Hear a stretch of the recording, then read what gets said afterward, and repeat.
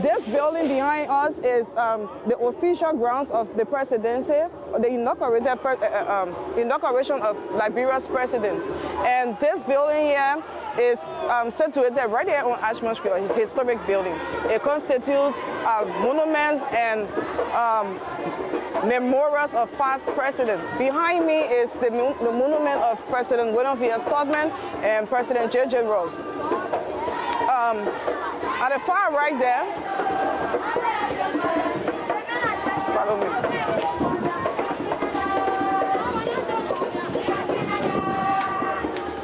At my far right is the monument of liberation constructed by President Samuel Kanyando, and on my immediate right is the monument of the armed forces of Liberia that was constructed to commemorate veterans of the army.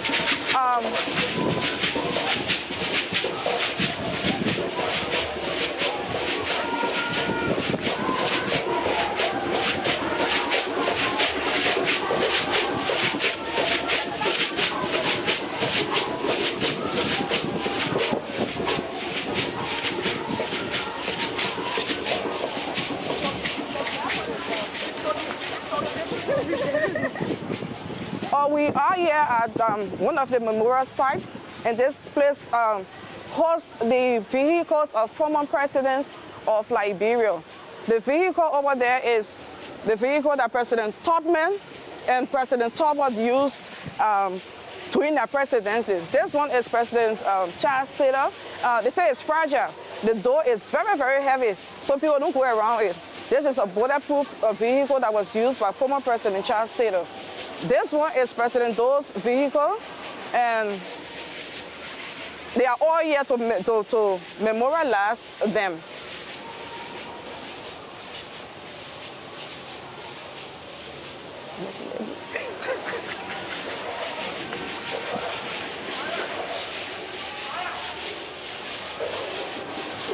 Inside this building is decorated with national colors, red, white, and blue. And it also hosts the portraits or pictures of former presidents and the years they served. So we are outside here at the Centennial Memorial Pavilion on Ashmore Street with side attractions. Most of the women here that are drinking sasa and dancing, they are dressed in red, white, and blue to signify nationality.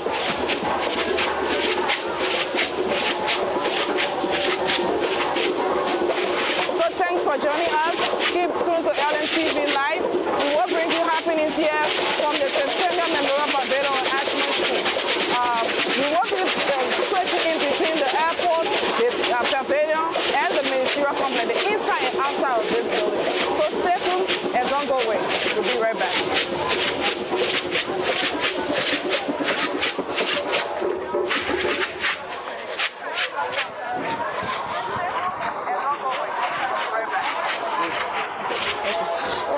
Yeah, because another showcase I play. Hello, Chief.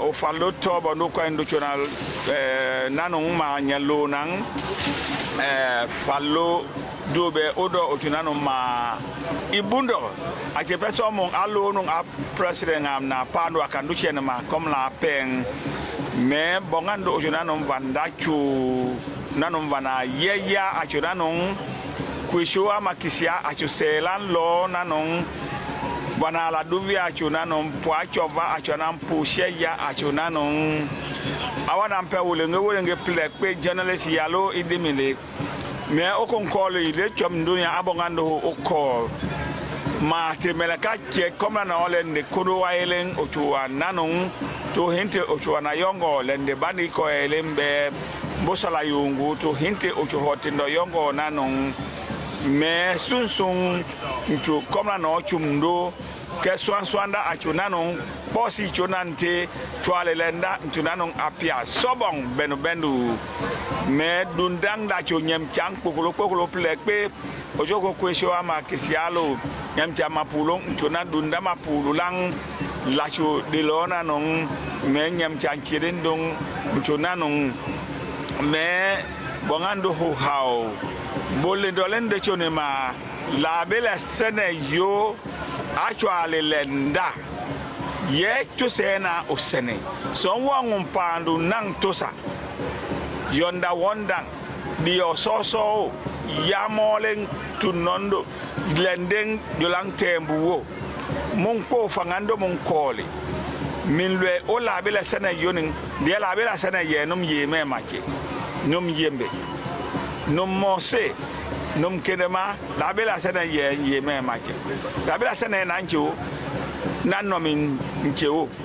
kaliando son kendong alending tula kendelang biomda kendelang swai ocho salelante malo salelang alending biomna na lamilawa na ple konko wape ole lending me yom yandele yela okonko le cheche yomi vatanda hin mi felengwa asola vatang mi vanlanwa asola vatang poabe masola vatang ofla konkoli min lwe yondo vata yondo lang min matani e shela yo monko sombondong jon vanana bana be oche na yonda achonanong atra wallo achirindonda atra wallo oundo mapulonchu anda po achonanong lelange ledilang nyena njocho ducho ho ni ara nyenya chonanong meso bendo pla bosi choro waje achokwe nyena choyolang elang la balika chao anelang yango sabotini bo de bongando kanon pela to yari mbele osono inje sabotini suomi on benge anitina ganye amwake basonyo sense be ni da bidabro la ke ripe mo njewale ni bokune ni wankene de bweso wanpone de maki wi kante mo de bon kante lofa kante da bidabro la ke ripe mo ke ni ma kante anama ke mojeka da bida owuwe ke ozon bala ozon honde juado ke bala nyota bala bosi melen so odiane ramu ke ti ablano je mono de da bida onyanya bufne be wadan setene pa verian ke de ablanje ke ERBC oni radio bobia diaje omoyoni abo militanje nye oje amwage report wo bo abro ba cho se yi ma bo akai okay oni ngomna ko de ka ba che ma kwa kumon kom okay da bida repeat ni nyoblika Lawrence mon kom amwage report wo bo adiga Eugene la mi fa kom be radio bo la kene fo nyawe okay ba James nankwe be omo wudu kako ponya be ne fo nyawe amwa ke sense report wo po ti ablano je mono setena pa fe no njino zenyo mi kwen mi osin kwam ojugenja mada pida bro ripe mone amaga mochen ka wo omo kwe tuepo oje amuwo mbritande ji ke amure vavle kamara okay France Pelena ne adika Edward Tama be one na bom de ba James Williams be oni na kwa ko amwa kebe mon tionyi be ke jwamo be suomi be ke ba sonya tinye bo tiblenka yege Nizu Otero Gbidia from Grand Bassa County. But I just want to recognize the extraordinary efforts of all team members headed by the Deputy Director General for Public Affairs, Madam Alexandra Amnon. But you just listen to our language announcers from Lofa County, Ernest Tamba, Kisi, Ato Blackie from Bon County, Otero Gbidia, like you just heard, from Grand Bassa, and Mata Sobda from Nimba County. But we have, like I said, the extraordinary efforts of team members, including James Williams, our chief technicians, Osho Alexander Wiapla, Joseph Johnson, George Fala, Star Kolenke. We have our airport team, Ayasin Yeba and Emmanuel Bondo, covering foreign arrivals, and at the BTC, and now the pavilion, Charles Johnson Siskoto on the OB in the hall, and Joseph Smart, Rachel Colley, Vasta Talu also in the hall on LNTV and also ELBC. Mosima Kone will be outside as well as Achi Buan. Now our production crew include Canon G. Mayon, Emmanuel D. Jayane, Josiah Weah, and Ruben Yanti.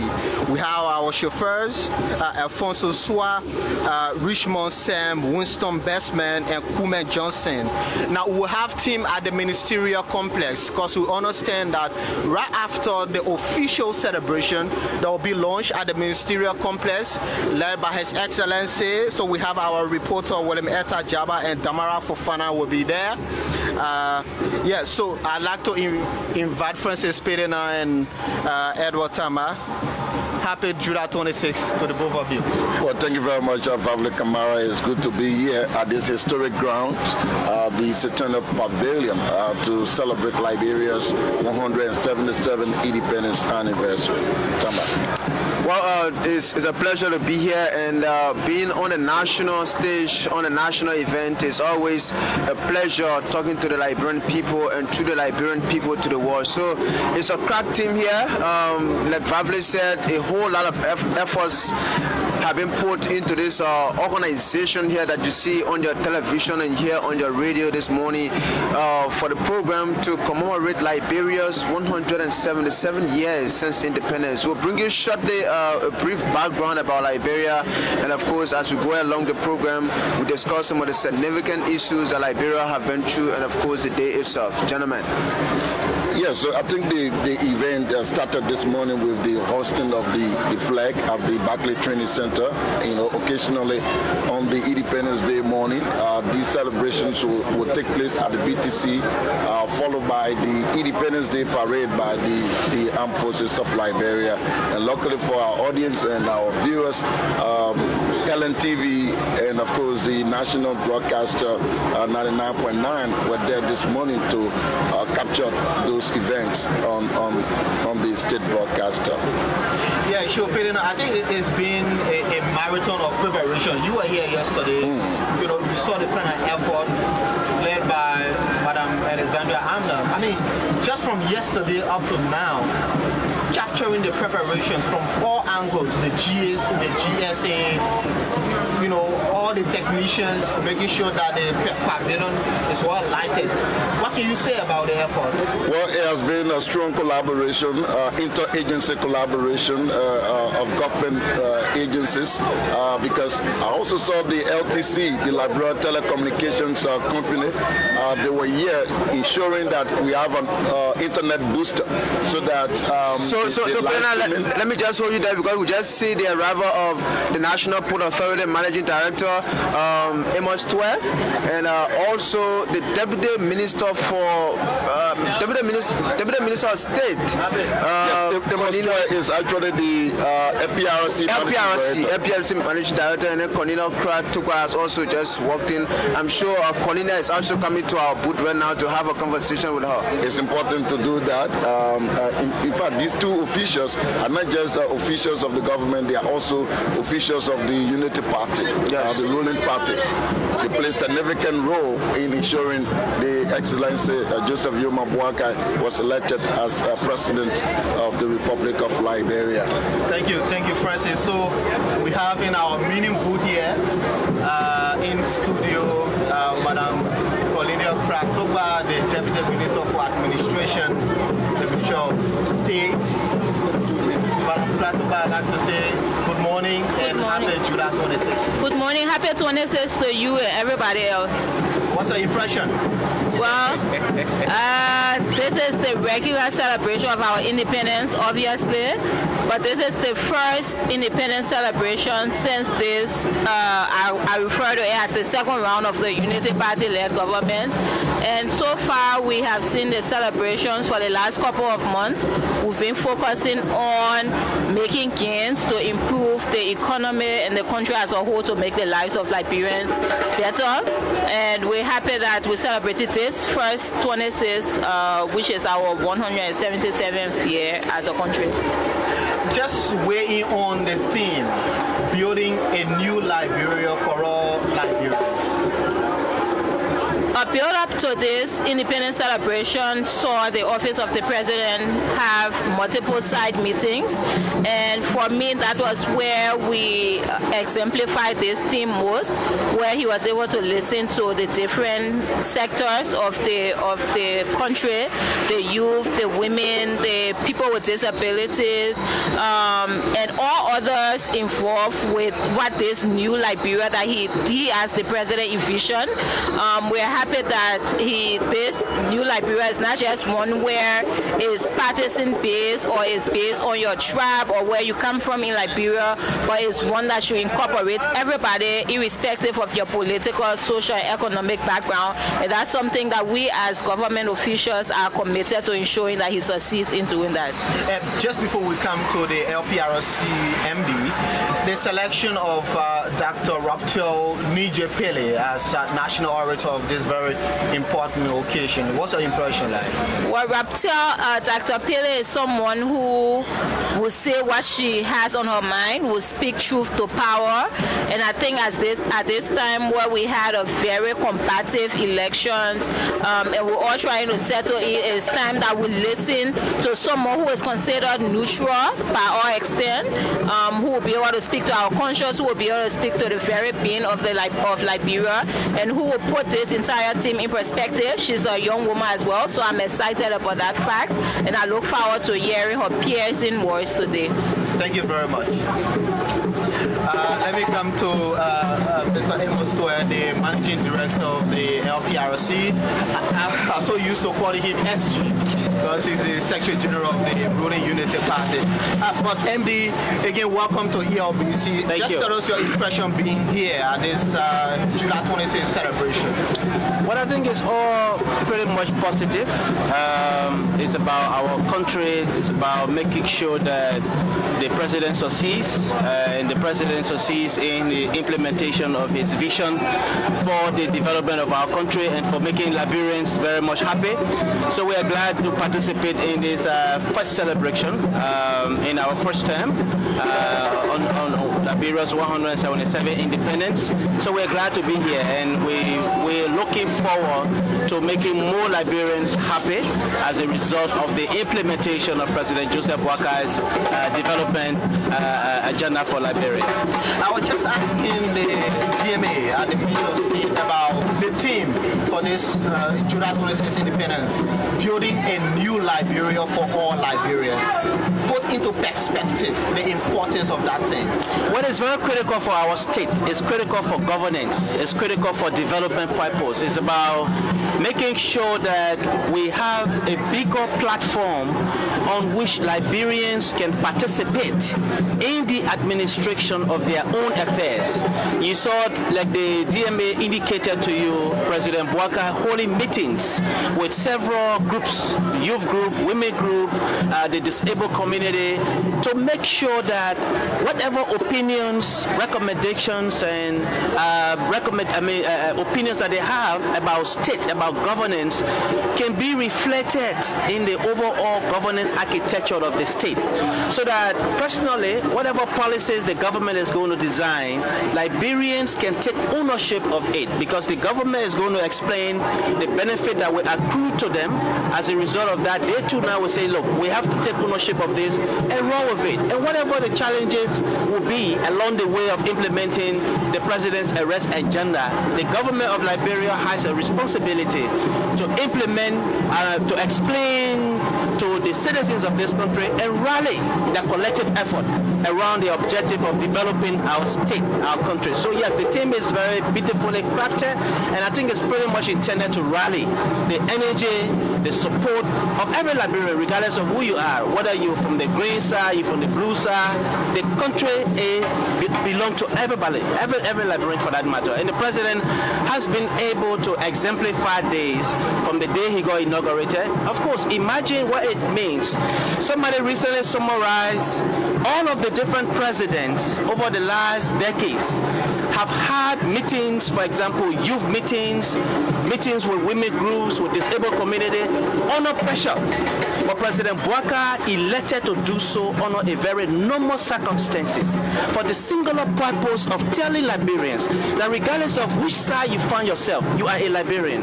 You got to participate in the development of this country. So the team is beautifully crafted for this occasion, and I hope it is going to inspire Liberians for the most part. And just seeing the booths of various counties, if you look behind you there, you see the booths of Bakolo, Brentwood, Bong, Nimba, and all these counties. I mean, what's the impression? Like, it shows that not only are the booths set up, they're also showcasing and displaying the artifacts, the traditional things from those counties. It tells you we're going back to those days, the normal days, where Liberians will have to be able to identify themselves as Liberian and understand that they have a fundamental responsibility to the building of our country, the building of our state, beginning, well, first and foremost, rallying around ourselves, our cultural heritage. You know what it means? Everybody that coming to participate in this event, those from Babulu County, when they see an artifact from Babulu County, they feel impressed, right? Yeah. Those from Nima County, the same thing. So we are now trying to reclaim our cultural heritage in such a way that inspired and motivate Liberians around the development agenda of President Joseph Jama Bouaka. What do you expect of Dr. Pele today? Well, I expect that the team, first and foremost, it seems very impressive. Please, done the other impressive. The team is okay for the most part, and it's important to state very categorically that I know her. I know a woman who is radical, who is very progressive, and imagine the team alone. Radical reimagination of our state. Yeah. That means we have to be able to do things differently in this country. So I expect that she will be firing, and she will be a bit balanced about the governance. She will ensure focusing on rallying the collective support of the citizens of this country around the development of Liberia and making all of us collectively happy for the most part. You know, to unite around one common objective of developing the state and developing our people. Thank you very much. Thank you. That was the Managing Director of LPRC, Mr. Amos Stoyan. And so we have the head of the National Investment Commission. Sir, good morning and welcome to ELBC. Good morning. It's a pleasure to be here with you. Happy July 26th. How do you feel being part of this program today?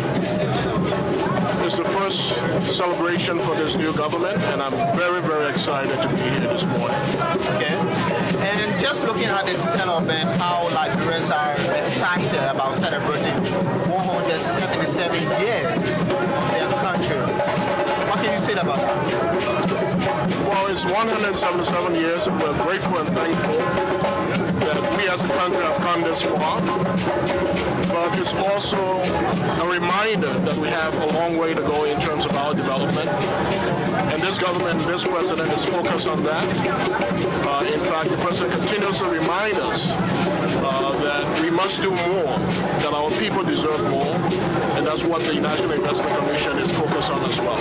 Okay, and just talking about the National Investment Commission, in terms of the investment climate, what can the NRC do to enable more investors to come in and invest, not worrying about security threats, not worrying about anything that will hinder investment? Well, investors have to be worried about those conditions that are on the ground. They are worried about those conditions on the ground. And so we as a government, we are doing all our best to change the climate, to enable the investors to have a conducive environment to do their investments. I can tell you that by the end of the year, we will see major transformation in our investment climate, in our sector, in all sectors across the country. That's what we're focused on. Investment is a process. It's not a one-day event, and that's what we're working to achieve as a country and as a government. Any other thing before we leave you? Well, I just want to tell the people in Radio Land, be patient with your government. Your government is on a mission to change the climate, to change the dynamics. And as I said earlier, by the end of the year, we'll see major transformation in our country. So happy 26th to Radio Land, happy 26th to you, and to all Liberia. We are happy to be here. I'm happy and I'm excited to be here as well. Thank you. Thank you. Thank you very much. Well, he's the head of the National Investment Commission. Thank you.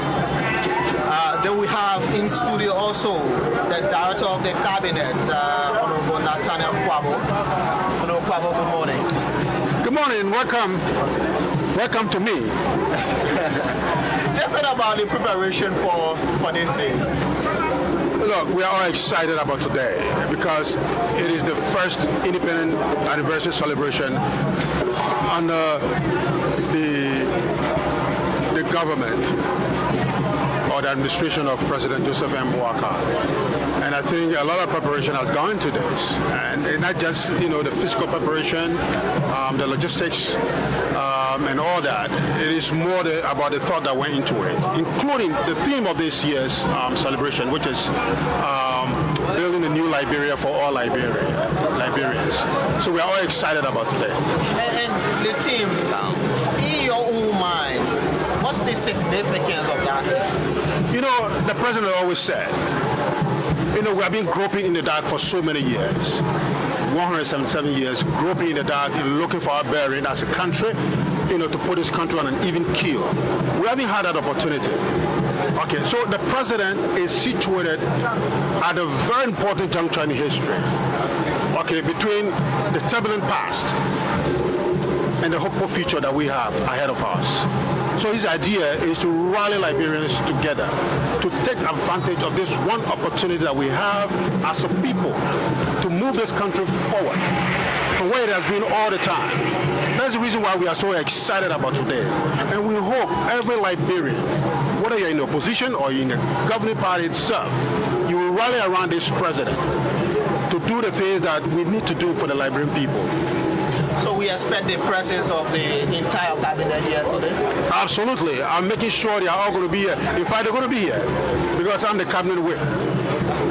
Thank you very much. Thank you. Well, we have the Assistant Minister from the Ministry of Internal Affairs. Just before we go to Mark Jabate, I just want to remind you about the theme of the National Orator. And in time, between time, we will profile the National Orator, Dr. Raptel Ninja-Pele. She will be speaking on the theme, A Radical Agenda for Reimagining Liberia.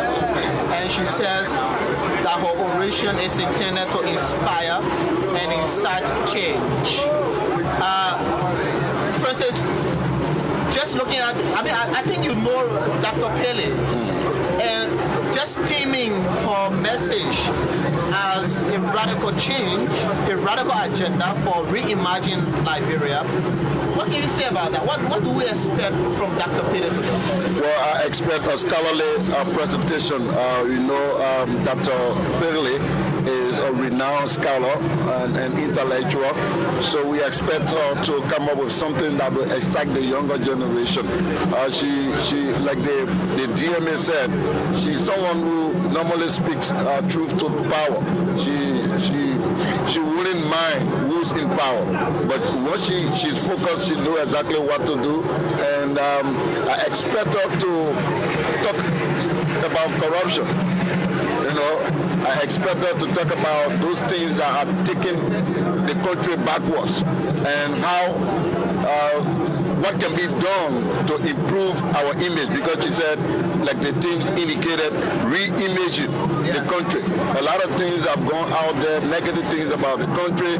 We've graduated from war, but there are still other things that are taking us back. The issue of corruption, like I indicated, is going to be key on her agenda, because she's an anti-corruption campaigner.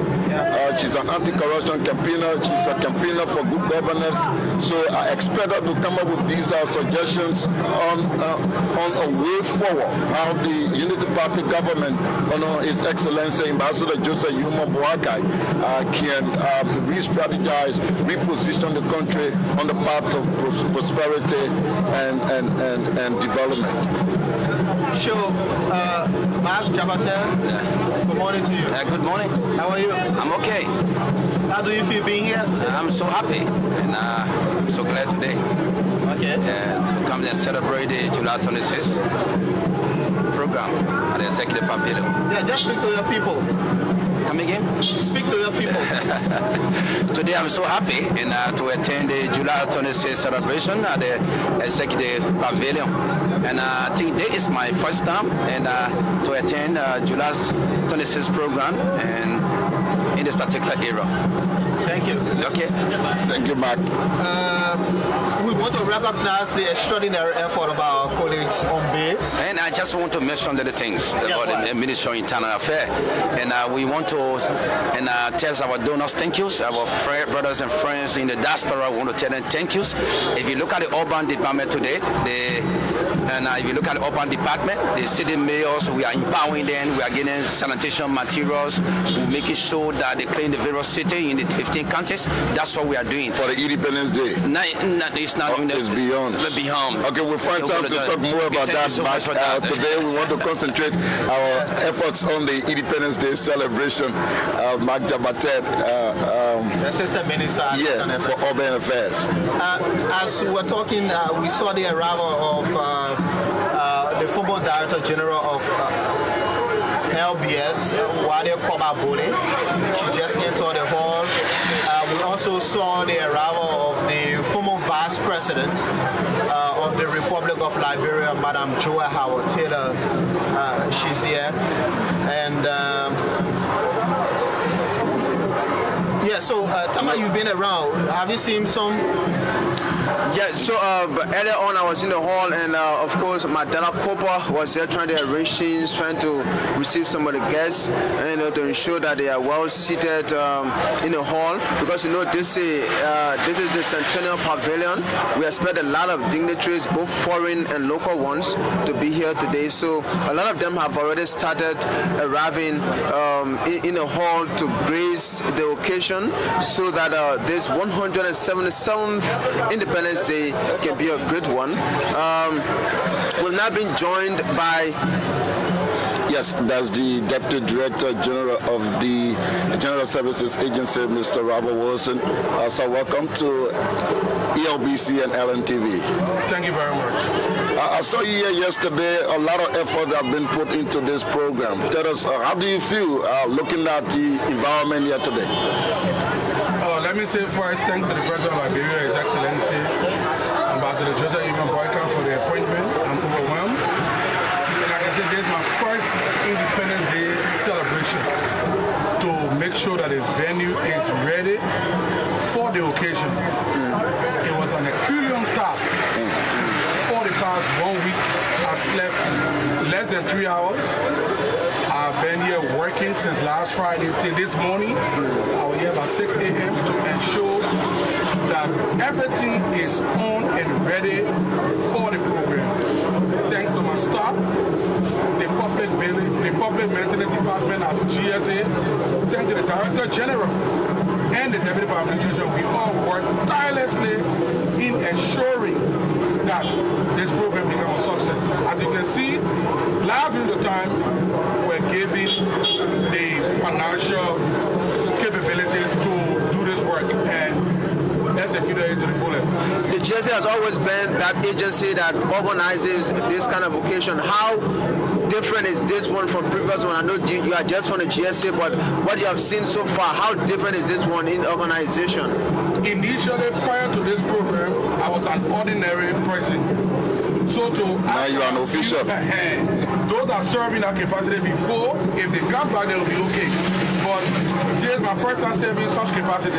Okay. So I cannot give you that view as an ordinary man because I don't know what they pass through. But to tell you the fact, it's a very difficult work to do. Now, you are here in an official capacity as an official of government. What do you look forward to, especially the kind of selection that the government has done with respect to the national orator, Dr. Pele? Excellent. She's a Liberian. I believe in my mind should be very critical. I want to make this recommendation to the national government. We should select a team outside of government, civil society, religious groups, everything, to select the orator of national events. This will enable individuals to be able to criticize government so we that in government can look at that measure and correct some of these things. This is my recommendation because Dr. Pele is selected, good, excellent. She will be critical. These are some of the things we want to see. We want to see people criticizing the government constructively that will take those criticisms and make and allow us to work. That those criticisms will utilize them, not to criticize the people who criticize, but those constructive criticisms will utilize them.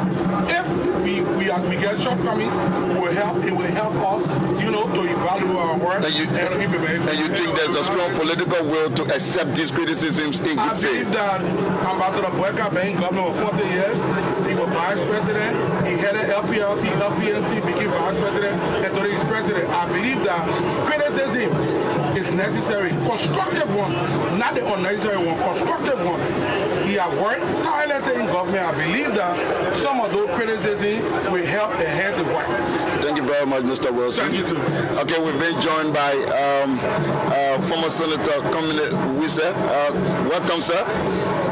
Good morning. Happy 26. Thank you very much. I wish you the same. I see you dressed red, white, and blue. National colors. Okay, what's your take on the Independence Day celebration here today? Wonderful. Very, very wonderful. I'm happy that this is the first of the Independence Day under the President Waka. You've been around for some time as an advocate, a politician, and a campaigner for social justice and all that.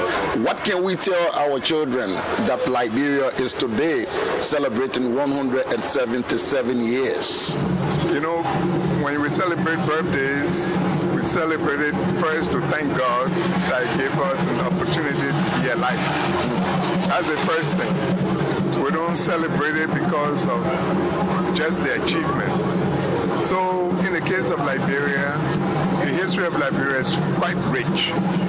The first independent republic in Africa, the second black republic in the world. Those are principal things we need to continue to keep in mind. And the fact that we play a role, very important role, in the independence of Africa, in the countries of Africa. So let's look for the positive things about our country. Of course, there are many things we have to talk about and we have to do something about, But for today, let's talk about the great things that we have done. So we should take pride in a country that we have become as people of Liberia. Well, I'm quite proud of Liberia. I am very, very proud of Liberia, but I think there's a great deal still to be done. Okay. Senator, thank you very much. Yes, thank you. Very well. Well, the former senator of River Tree County, Community B, we said there. We'll be joining our colleagues, Francis will be joining our colleagues in the hall. Cisco To and Charles Johnson will be updating us about what's happening in the hall. Cisco, Charles, are you guys there? Cisco and Charles, are you there?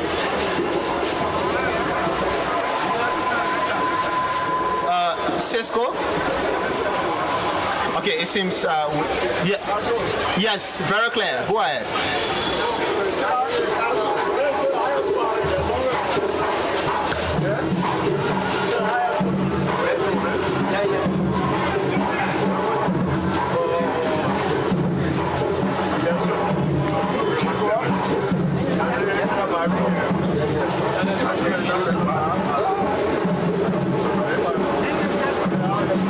On behalf of the management and staff of the National Port Authority, our board of directors, our partners and board members, I want to wish each and every Liberian happy 26th. Liberia happy 177. Indeed, we've come a long way.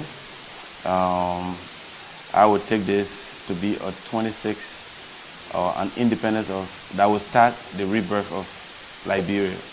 Like Dr. Abubakar said at his sermon on Sunday at the Liberia Christian Center at 177,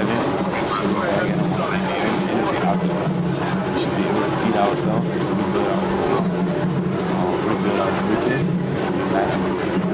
So happy 26th, enjoy with your family. I hope you enjoy with them also.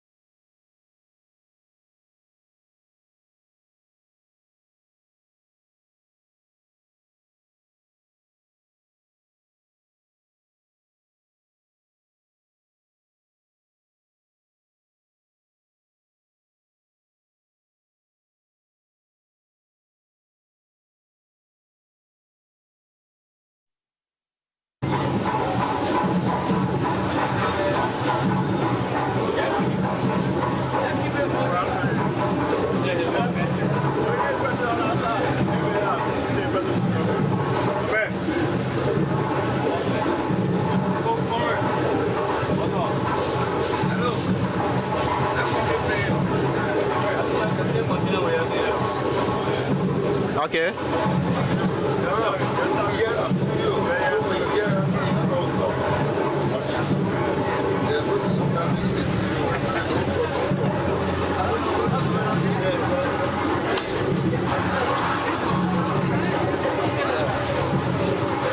Have cabinet ministers started to arrive? Because just before coming over to you, Charles, I saw the Minister of Youth and Sports, Councillor Ko Bangaloo, the Minister of State with that portfolio, Mama Kabelete, the Minister of Gender and Social Protection, Bami Horace Colley. Are cabinet ministers arriving in?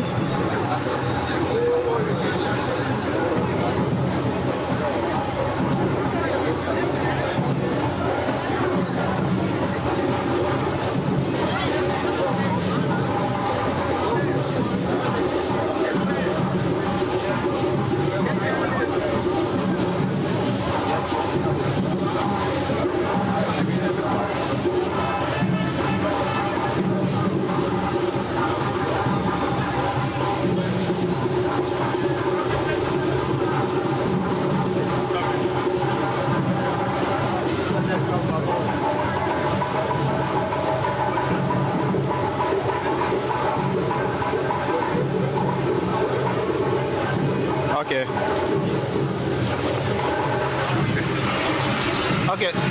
Okay, Charles, let's hold you there. Just in a moment, we saw the arrival of the British ambassador, Ambassador Neil Bradley. And in studio we have the Director General of the Liberia Broadcasting System.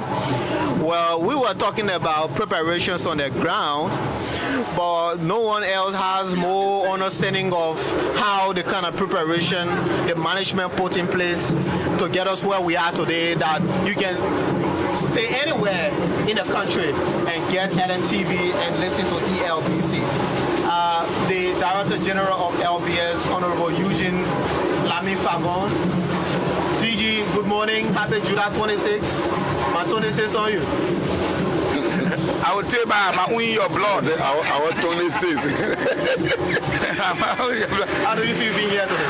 Well, it's great to be here today, and let me express my thanks and appreciation to the entire Independence Day crew led by Alexandra Amnon. She's done a beautiful job with the airport, with the pavilion, with the barracks, assisted by the Deputy Director General for Media Services on this operation, Mr. Hassan Kiawu, and of course we have all of our people on board. I can't name them because of airtime. I want to say thanks to the technical crew led by Buffett Lloyd and Mr. James William. I don't know if I should let James William small more again, or I should reduce his, stuff. Yeah, because they make it work, but sometimes. Yeah. The way man today now, he's beyond controls, making sure. I like to thank Usher and of course you guys that are behind the microphone. We are a team, and we said that LBS will never be the same again. This morning I received a lot of calls. The only thing people complained about was a little bit of the sound quality. We don't have a lot of lapel microphones, which of course we'll work on. We're just starting. We started from zero. So I'd like to say thanks to you, Pilina, and the rest of the crew, the language announcers. I listened to her from Nimba County and the one from Bon County and so forth. You have all of the crews working today, and I cannot tell you, you're probably behind the microphone so you don't feel the impact. But the Liberian people out there are so grateful to LNTV, ELBC, if you like, for the kind of coverage nationally. We saw the arrival on television of the guests. We saw the parade. We saw the R-Ride. We're now listening to radio and watching television. I just want to say, as Director General and head of this team, a great thank you to all of you guys for the kind of coverage that you're giving the Independence Day celebration. I want to say thank you before I proceed. Are we going to build on the successes of now for future celebrations, national celebrations, July 26 and all that? What we're doing right now, we are stamping our authority on broadcast in the nation. We're reclaiming our spot at the #1 position. And I can assure you, this tent you see here will not be here next year. This stage that you see here will be prefabric. That means we can take it from our compound and assemble it here in no time. We're not going to build one again. I can assure you that our aerial drones will be able to cover multiple places. Before the end of the year, we'll have 3 more drones attached to our fleet. It's a promise I make. It's a promise I'll keep.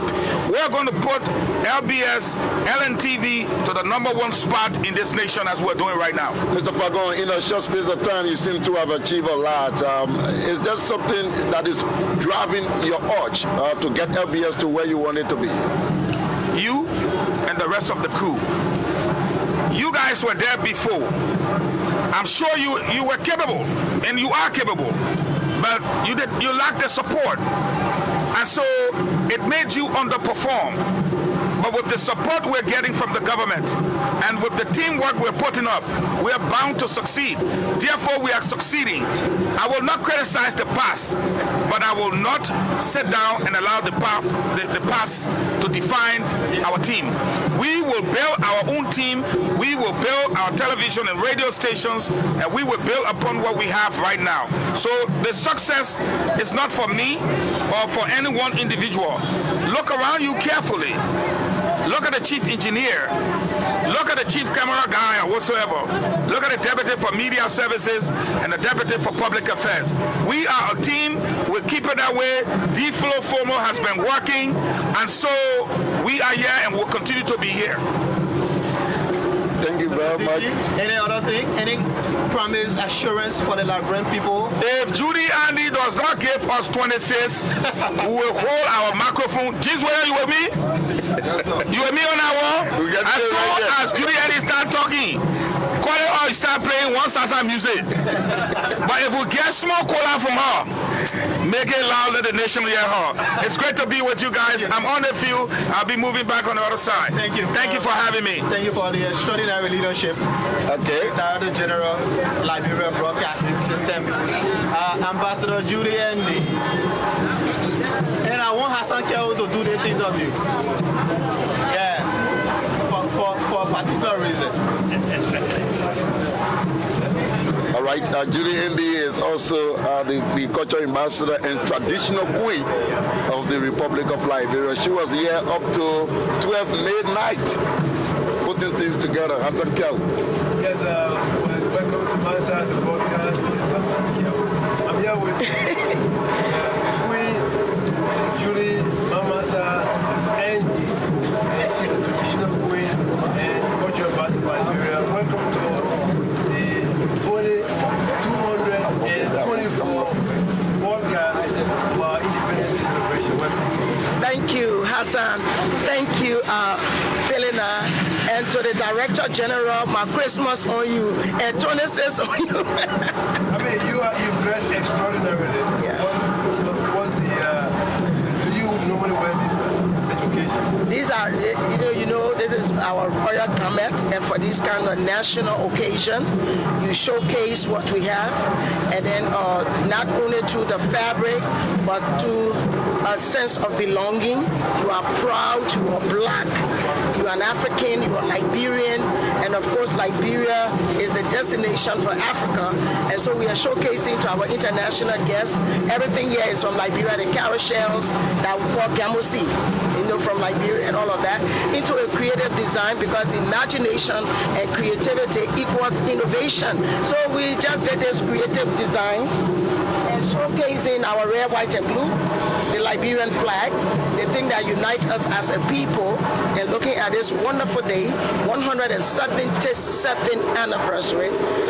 Under the theme, can you imagine building a new Liberia for all Liberians, and that's reconciliation for me. In fact, that was bringing me to that theme, because you said the Liberia under one flag, something that the flag unites us all. Yeah. What do you make of team? What's the impression so far of all the activities leading to it? Because the country team is building a new nation for all Liberians. What's your understanding of that? Well, it's to tell our own story. We have a unique history. We've done very well on the African continent, but we don't tell our story. So instead of sitting and people telling our story, we need to tell our story. And telling our story is in unity. Telling our story is reconciliation. Telling our story is empowering ourselves through agriculture, tourism, arts and culture, building of roads and all of that, sanitation, good sanitation. We are telling our story. And as we celebrate this 177th anniversary, we must come together to everyone in the 15 political subdivision of Liberia, and Liberians in the diaspora come together for Liberia. Let's love Liberia, be patriotic, nationalistic. As you can see, we showcase our arts and crafts. So the arts and craft there, and then we have the red carpet, and then we're talking to ELBC. The decor is red, white, and blue. That's the color we identify with. We as a people, it doesn't matter where you come from. Let's come together and build Liberia. In one of the meetings with the president, the council of churches or the Christian community and the Islamic community, Reverend Father Jubwe stressed the need that of course everybody, you can be from everywhere. You are part of you're either Christian or you're Muslim, and the religious people need to take the lead, but it comes with the mind and the attitude. What can you say to that? That in order to build a vibrant nation, to be united, it comes with the attitude and it comes with changing our minds. What can we do to make sure that we do those things that will bring us together? The divisiveness, the hate, and the hate speeches. But that's why I think the president signed off an olive branch in my mind when he spoke at the women's gathering at the ministerial complex. He said, don't wait for people to call you. Be accessible, be available, bring your ideas and your proposals, your talent, and he wants to work with women. He's committed, but in a sense for me was like, I am for Liberians, okay? I'm not for one group of people. Yes. I'm from everyone. If you have a brilliant ideas, bring up your ideas, and then we can together build Liberia. He said the only thing I want people who love Liberia, and that's patriotism, that's nationalism. When you're a patriot, people kind of like tend to say, oh, she's always there, you know, in the faces of the people, that the people think. No, it's not people think, it's the Liberian thing. And when it's Liberian thing, it's our thing. And when it's our thing, we need to come together to love Liberia, to think Liberia, and to build Liberia. So that call to action that he did at the women's gathering made all of us to come and say, you know why? It doesn't matter whether you're from the private sector, public sector, you are, you know, opposition, imposition, position, whatever you are, let's come together and build Liberia and love Liberia. And that's exactly what we are doing. As you can see, from Crusaders for Peace, we brought our mask, we brought our arts and craft, we brought the cultural troupe, we brought our marching band, we brought our orchestra to support the government of Liberia. The Ministry of Information, we work very closely with the Ministry of Information to make sure that our cultural diversity, it doesn't divide us, but it unites us as a people, and we celebrate our culture and our legacy. And so one of the legacies we're celebrating is 177 years with my Liberian flag. I know you said it all, but if you were to pick out 3 words, what would those 3 words be in our messaging after today? 3 words. Peace, reconciliation, show love. Julie no shaking. Thank you. It's a pleasure talking to you. Thank you, Philina. Thank you, my family from... Our Tennessee, all that you do, our Tennessee, all you. Our Tennessee, all you too. All right, that's the cultural ambassador of the Republic. What do you normally say? How do you know? How do we know the 26th issue? the government say when you go in with Tiba, so we're not 26 in our block. I'll tell Pablo to be checking. Well, you know, we're here, you know, at the the Conference Center. Is it, no, sorry, you know, it's a tender pavilion. Yeah, because I live around that area too. Okay. So just take it over, you know. Yeah, so. Any emergency for like at the top? Any emergency for like? Okay. So we would like to now, you know, go into the hall where there are actions are plenty, where guests have been arriving, and pretty soon the president and the other officials of government will be here. The speaker, the Senate Pro Tem, the Chief Justice, and members of the Supreme Court will be here, and then as well as the Vice President, former Vice President, and former leaders of Liberia will be here. So we are going to leave our outside studio. We are not going. We stay here, but we are going inside so that we take proceedings from there.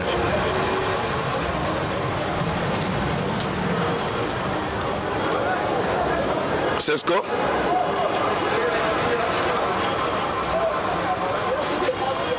Charles Josie, are you there? Yeah, go ahead.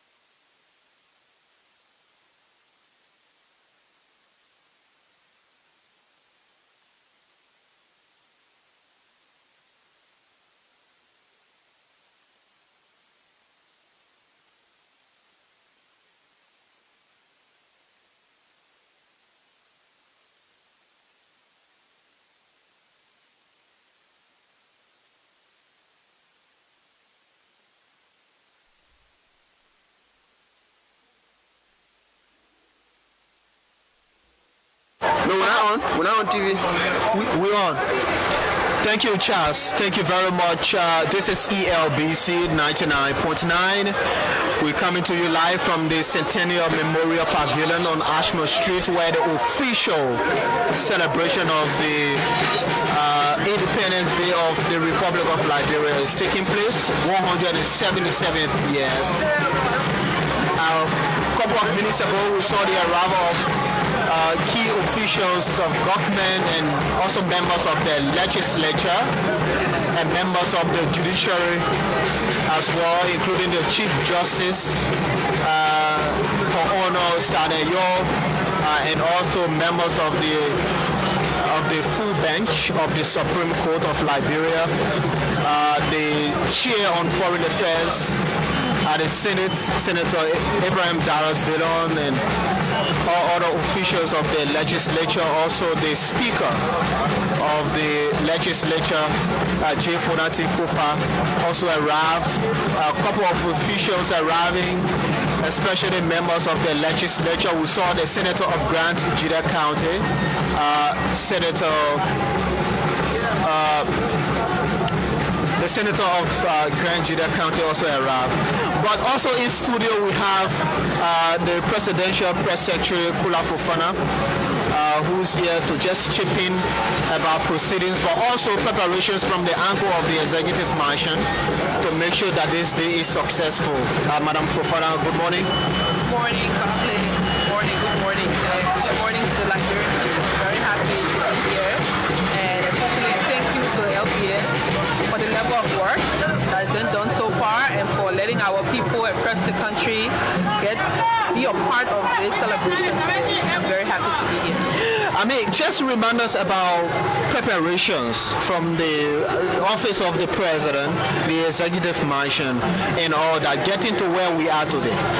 You know, we've come a long way. It's been a quite busy week or 2 weeks leading to today.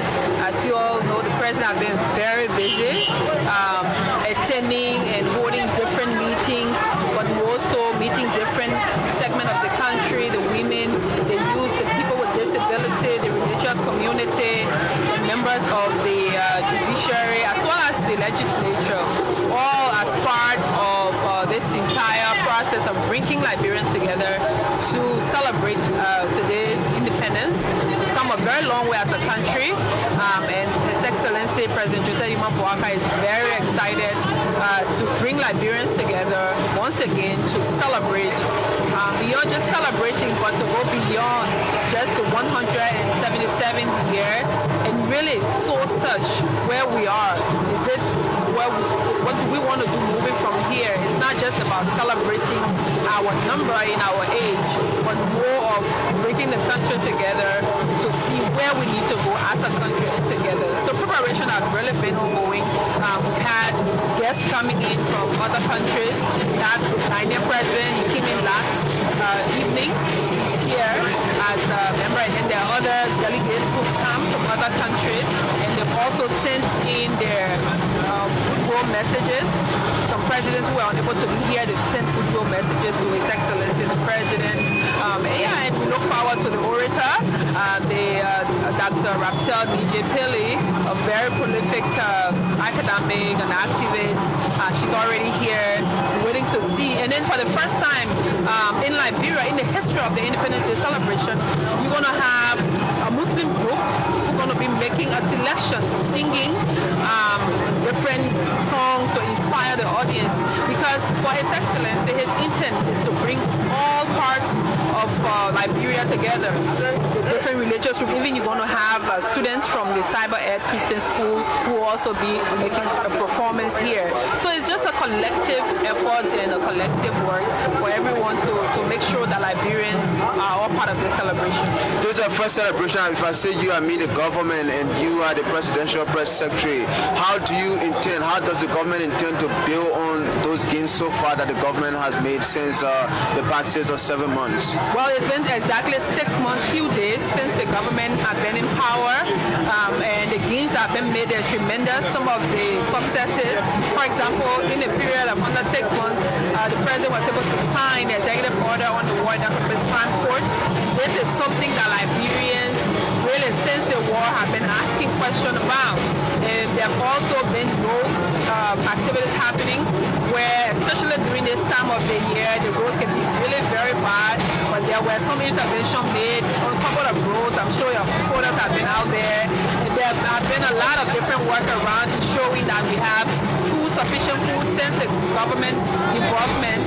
We've not had increment in the price of rice, gasoline price have reduced, and there are progress and there are progressive steps that have been taken by His Excellency. He set up a rice committee to solve this rice problem. Recently he launched the Liberians Feed Yourself agenda, especially in the areas of agriculture, and there have been a lot of different developments that the president has undertaken, and he's looking forward to doing those things in the interest of Liberia. Now, Kula, good word messages, especially towards the orator. I'm interested, how did we get to the selection of the orator of the day? Well, you know, normally there are recommendations when it comes to who becomes the orator. And His Excellency vision for this Liberia, especially if you look at the theme, building a Liberia for all Liberians, and he thought that it is time for us to have critical mass, critical thinking. And then when there were recommendations on the different orators and why, and the selection zero in on Raptel. And Dr. Pele, she served previously during Madam Shirley's time. She's a very critical Liberian woman, very bright, out there representing Liberia in the academic world. But she's also, have been home writing, most of her writings are on Liberia, and to be able to bring somebody like her. So there were recommendations coming, and then once her name was suggested, the president thought that this was a very good pick. He looked forward to listening to her oration. And she's talked about how what she intended to speak on reimagining Liberia, some radical thinking, and that's what she intended to speak on today. And let me just hold you there, Okula. Just as we were speaking, the Vice President of the Republic of Liberia, the Honorable Jeremiah Bankun, arrived. And so the fact that the Vice President has arrived, the President can arrive anytime. I'm seeing some of my people that will soon be running from here, but it's good to, but we're here.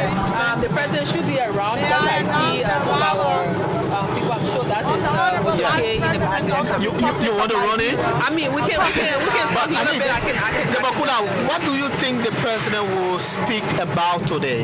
Well, I know one thing the President is going to talk about is that unity for Liberians. Bringing Liberians together, really reimagining and seeing what he intends to do. Actually helped some of those countries to gain independence, and today some of them are far ahead of Liberia and wants to bring that message back home, how we can ensure that Liberians all get involved with this situation. There will be semblance of criticism from the orator. How prepared is the executive mansion to receive those criticism or recommendations and then work with them for the betterment of Liberia? Oh, for us, in fact, that was one of the things when the orator was suggested. Everyone was like, oh, the orator, she will be pushing on, and we welcome that. And this is one thing that the president has insisted that he's not someone who will say, yes, all hail the king, all hail the king. He wants that criticism, and he's looking forward to hearing what those constructive criticisms are and how he's able to work along with his team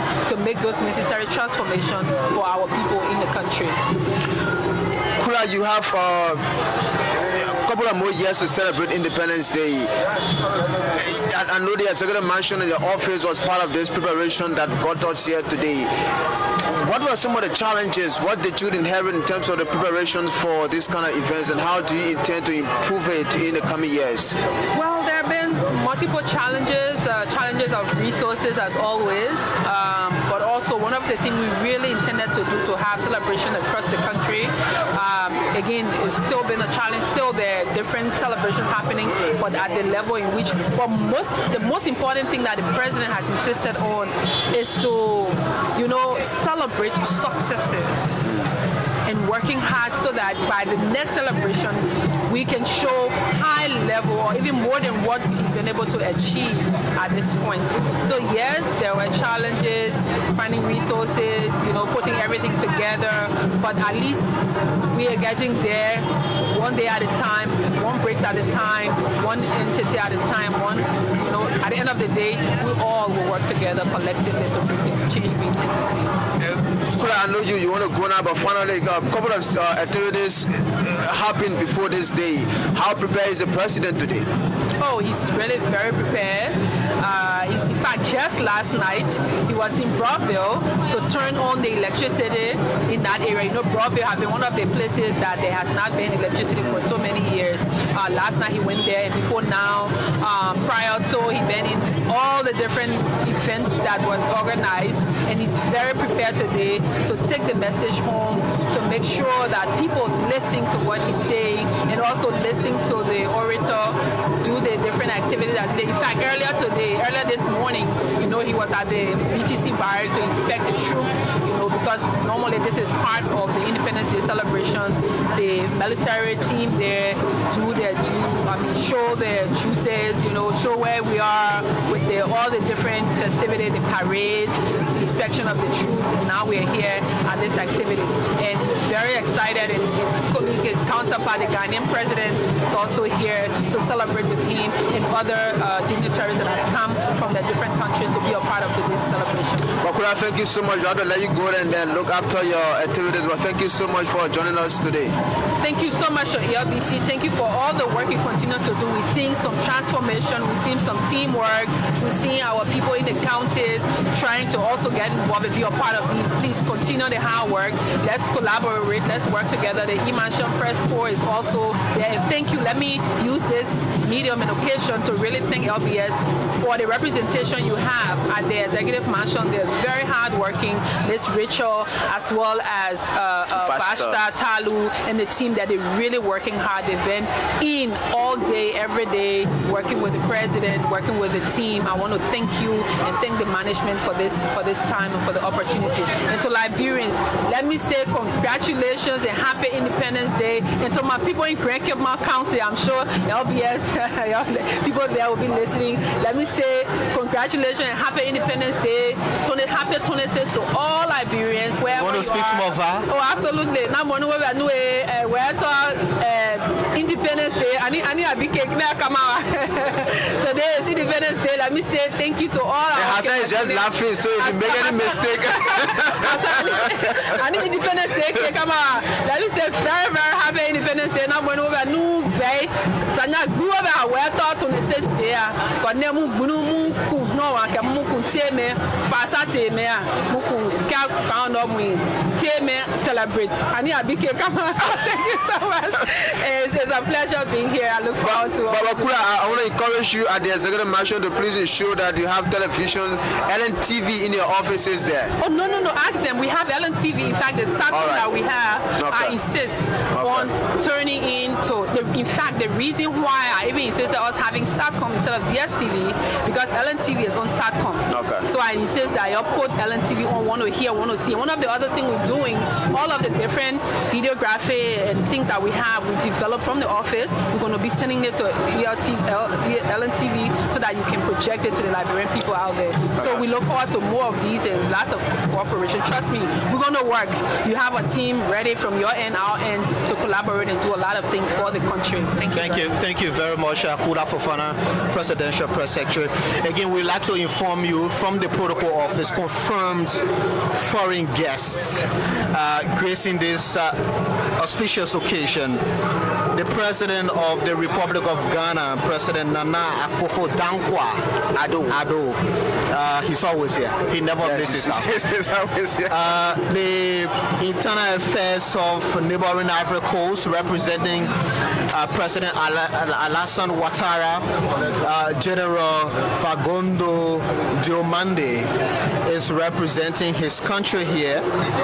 The Ambassador of Angola to Liberia and Ivory Coast, Denise Edouard Barim, is also here. These are confirmed foreign guests, apart from the ambassadors that are stationed here, members of the diplomatic corps, U.S. ambassador, the EU, and all these people, but these are foreign guests coming. We will do a panel discussion with somebody who has been in the media for years, has vast experience. In fact, he served as Director for Public Affairs at the Liberia Broadcasting System. Honorable Pee-wee Besa will be here. But I just thought to remind us and just inform us about who our national orator is. But before you do that, I just want to look a little bit about what Liberia came. I mean, where Liberia came from. Yeah. Some of the achievement we've made as a nation, as a people, where we are. Because it is a fact that this country grew up or was born out of free slaves. Remember, there were free slaves who left the Americas, and Liberia was used as a safe haven for them somewhere around the 1820s.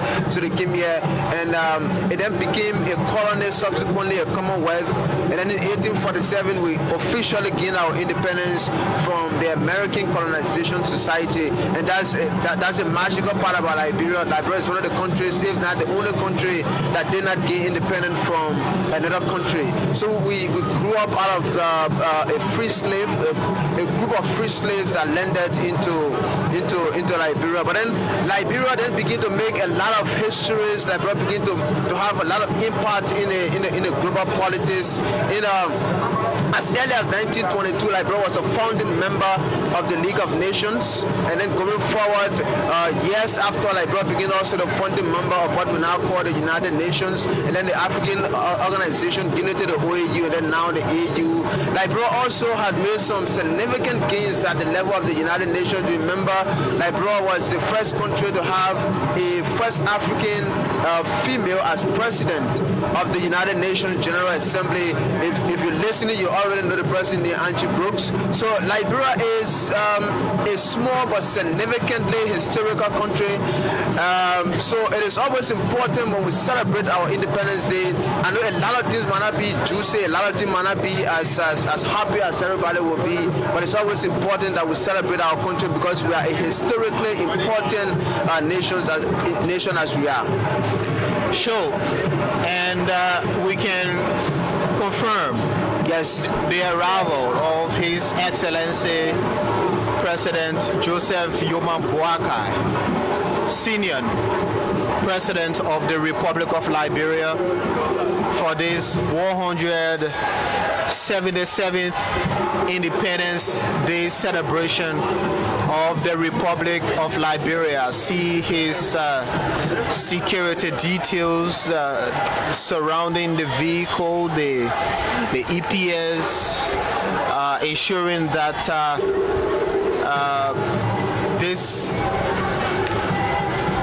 this place is well protected. But like I said, Pee-wee Besa is a veteran Liberian journalist.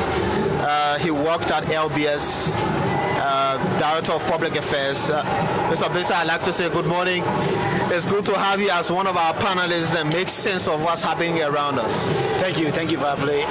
Liberians, many times we think that as we come to celebrate the 26th festivity, what is it that we need to accomplish? What is it that we need to think about when it comes to celebration?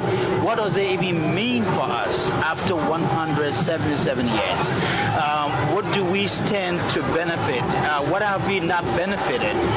What are some of those prospects we want to look at in changing the trajectory of where we find our country and where we find ourselves as people?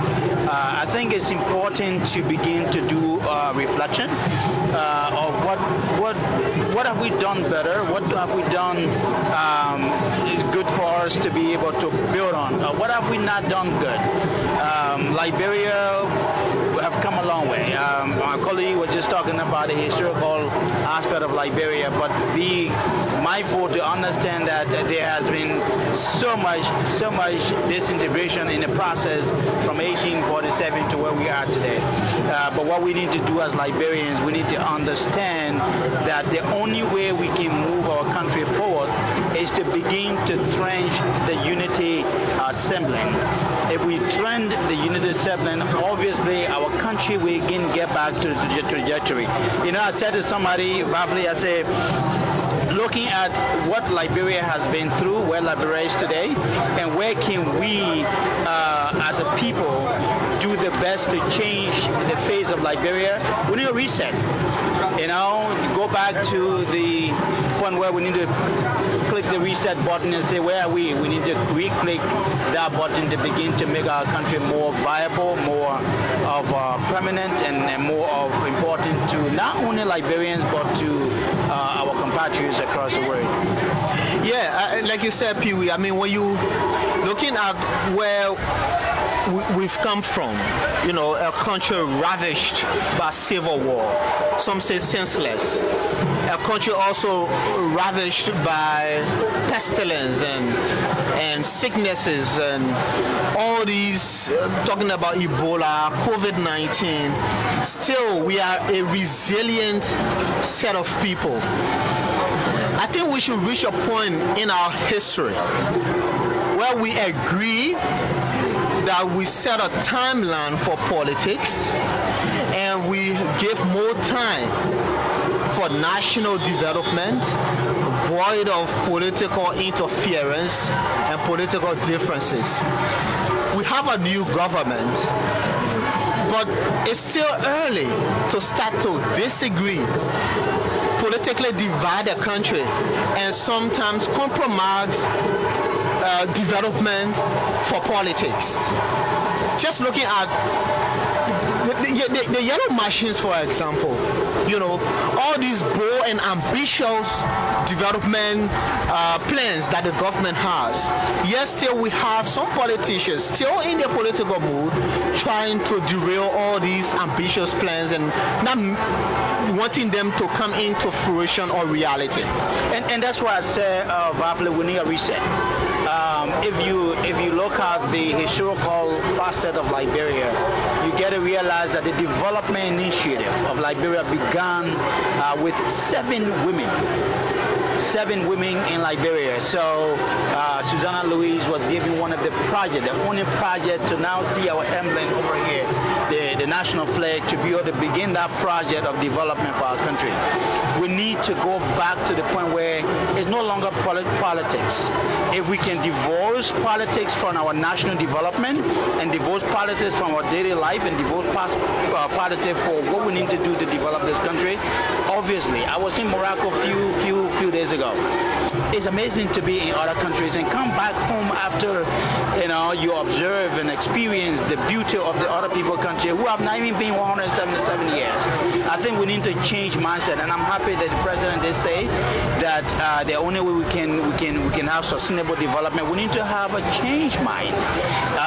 The change mind comes with exactly how can I look at Vavli and say, look, Vavli, I think we need to change what you do best, what you do bad, and what you do good. How do we begin that? It's to begin a dialogue. I think that dialogue process is what Liberians need to begin to do moving forward.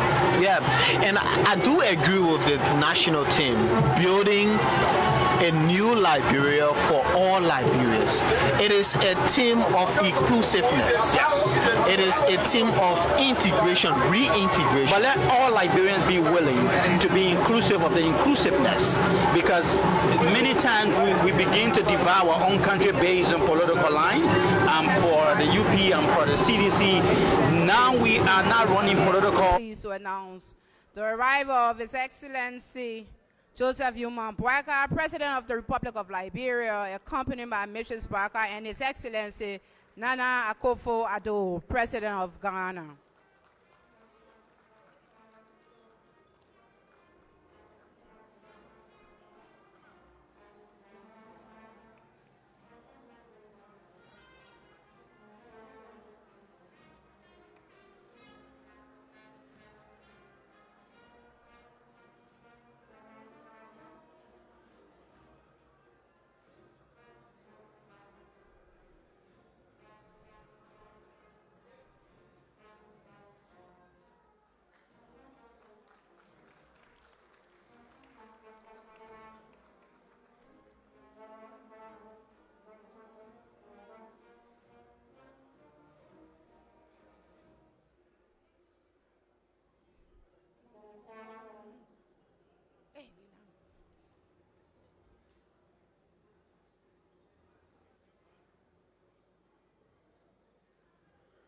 Cameraman, thank you, thank you.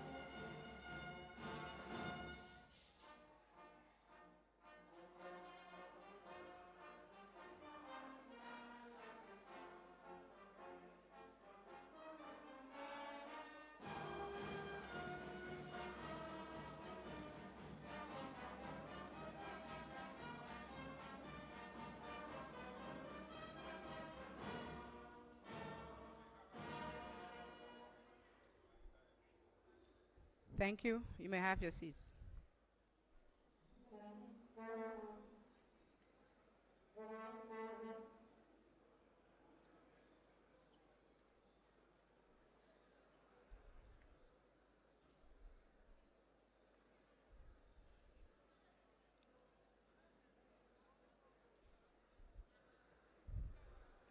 Celebration in observance of the 177th Independence Anniversary of the Republic of Liberia.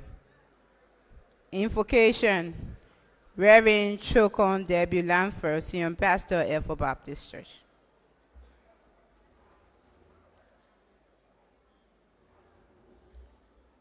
Let us pray together. Our Father, we recognize your presence in this place. We recognize, O God, your manifold blessings. For you have blessed this nation immensely, O God. And we pray today, even as we celebrate independence of 177 years, we recognize that in spite of your blessings, we have not responded, O God, as a people. So today we come praying, Lord, that your Spirit will cause us, O God, to receive a revival, a change of hearts, a change of minds, and a change of attitude, O God. Father, we pray, Lord, that you will help us to see that the culture that we have embraced, O God, have led us to where we are.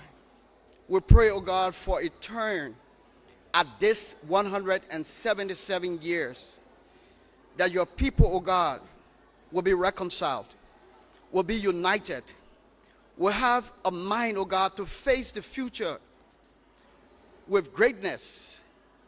Father, we pray, O God, for this republic.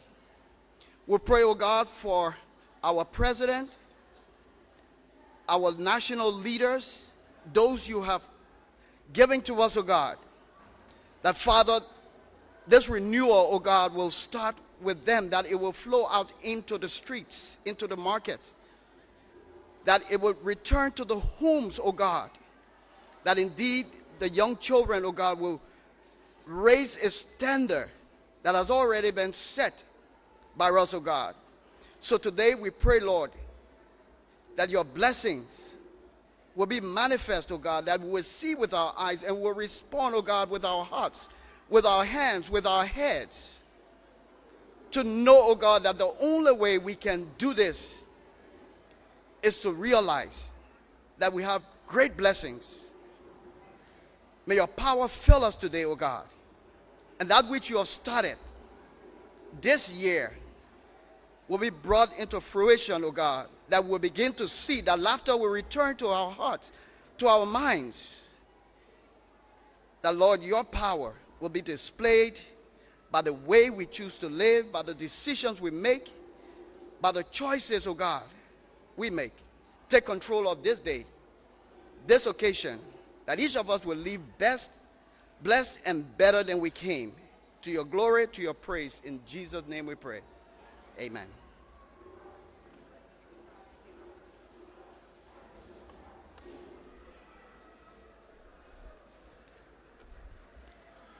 Welcome statement, Honorable Warwick Bryan.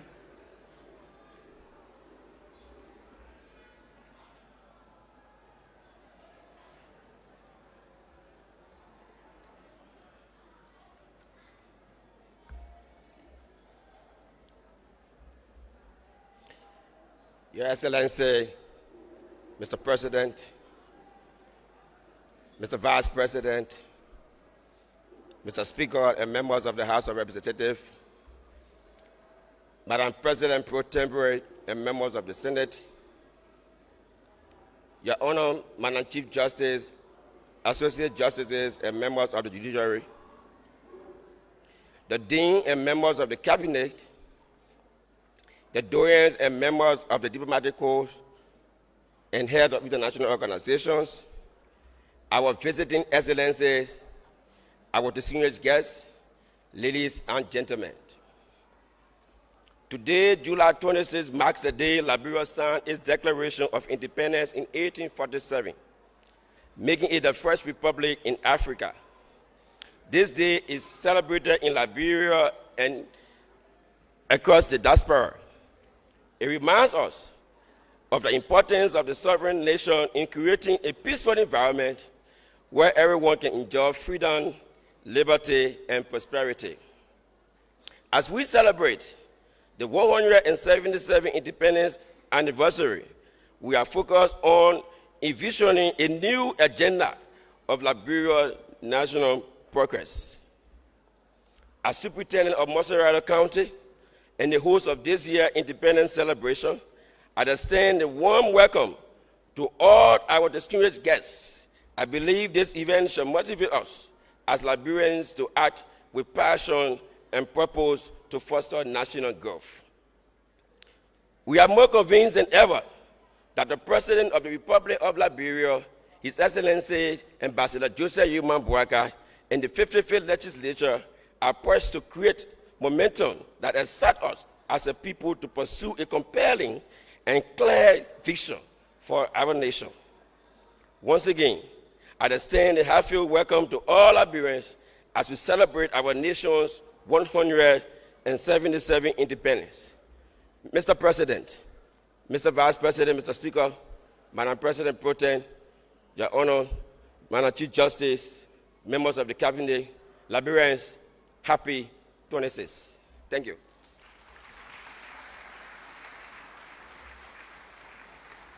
Thank you. The reading of the Independence Day Proclamation. Ms. Nana Yayas Asari, student, the Awulu Cooperative Learning Center.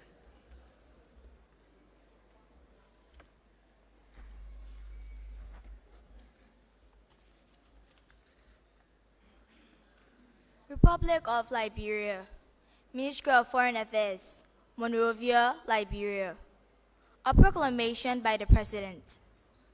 Whereas, in His infinite goodness and mercy, God has blessed and prospered the work of the minds, hearts, and hands of all the people of the Republic of Liberia from July 1847, when this nation was declared a free, sovereign, and independent state, and from thence through the years of our national life, manifold and varied, have been the experiences of the nation and its people, who through it all has been able to forge their way of perseverance, devotion, and courage.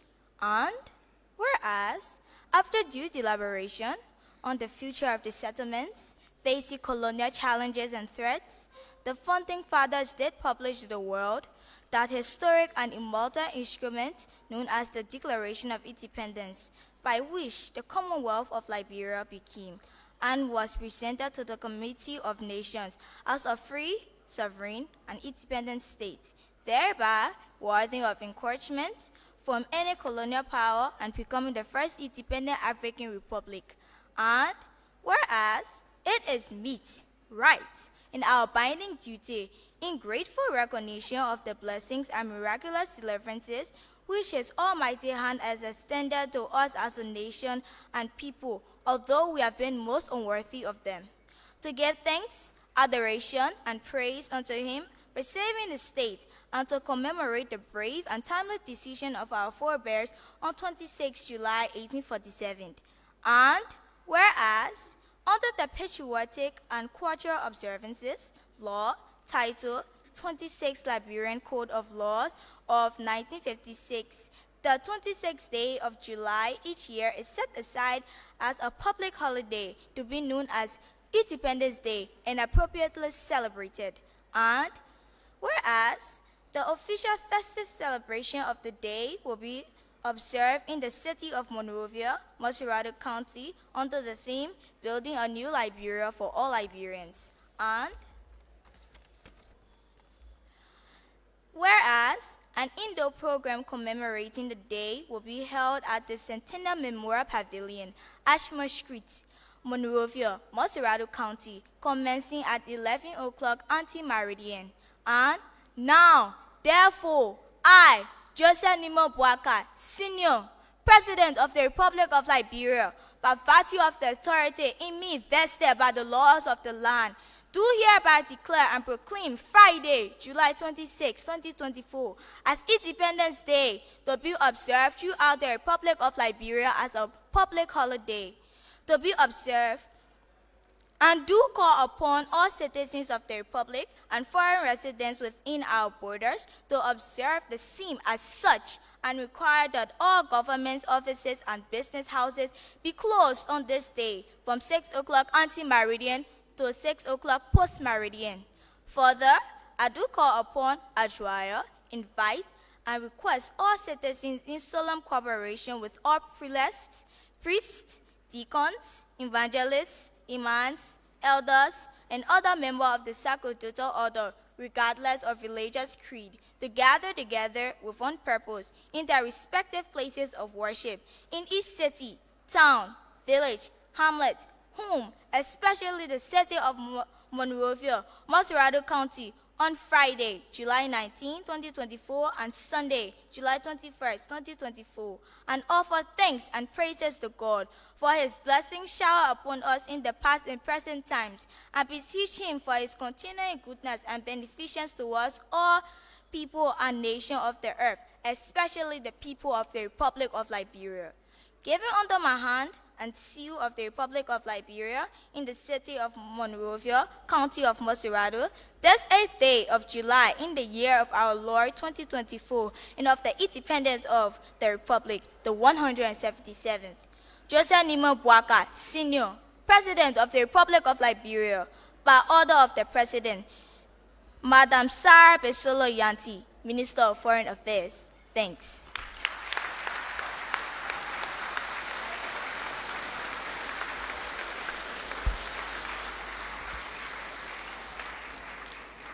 Thank you. Selection, Liberia National NASA Group.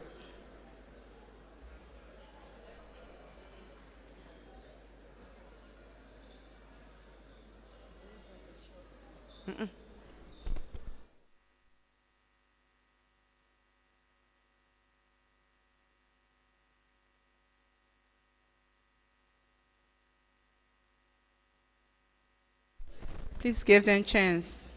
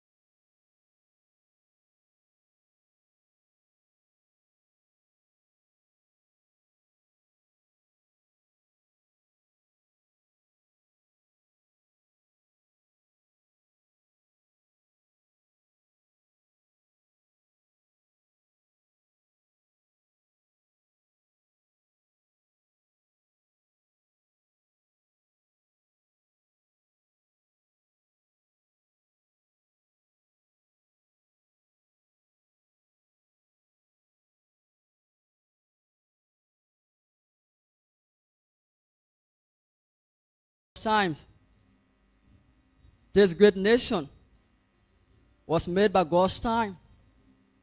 In the beginning of time, when time wasn't time enough to tell time. So you see Liberia.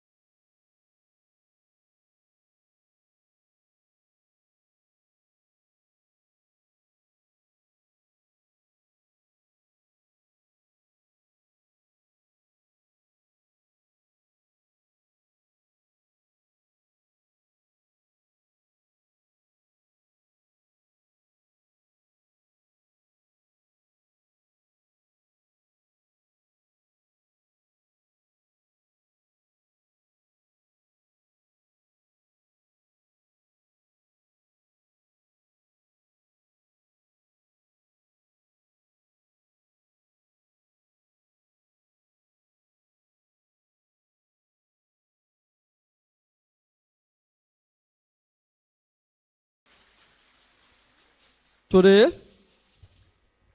we celebrate freedom, born from loyalty and unity. In the beginning of time, when those the love of liberty brought here and those the love of liberty met here, decided to live and work together because of the love of liberty. Since then, we celebrate the day this great nation shackle was broken, when men and women stood under the sun for our call to freedom.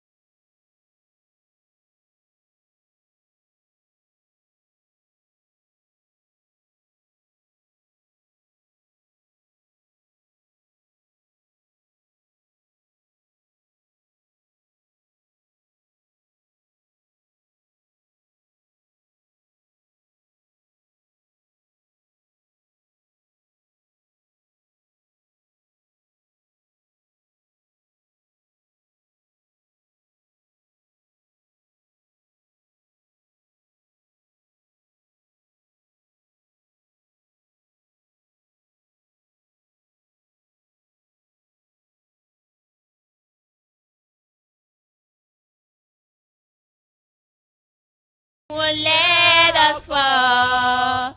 Oh, we're calling for freedom, fighting for freedom. You know you won't let us fall. Oh, no, you know you're with us.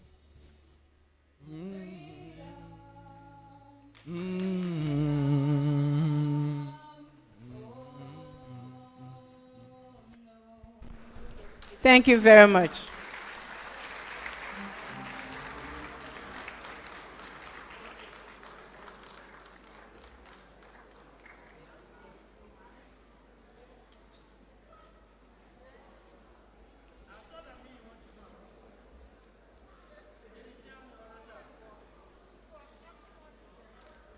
Introduction of the National Orator, Miss Princess Numia Jackson. Student, Logic, or Demonstration School.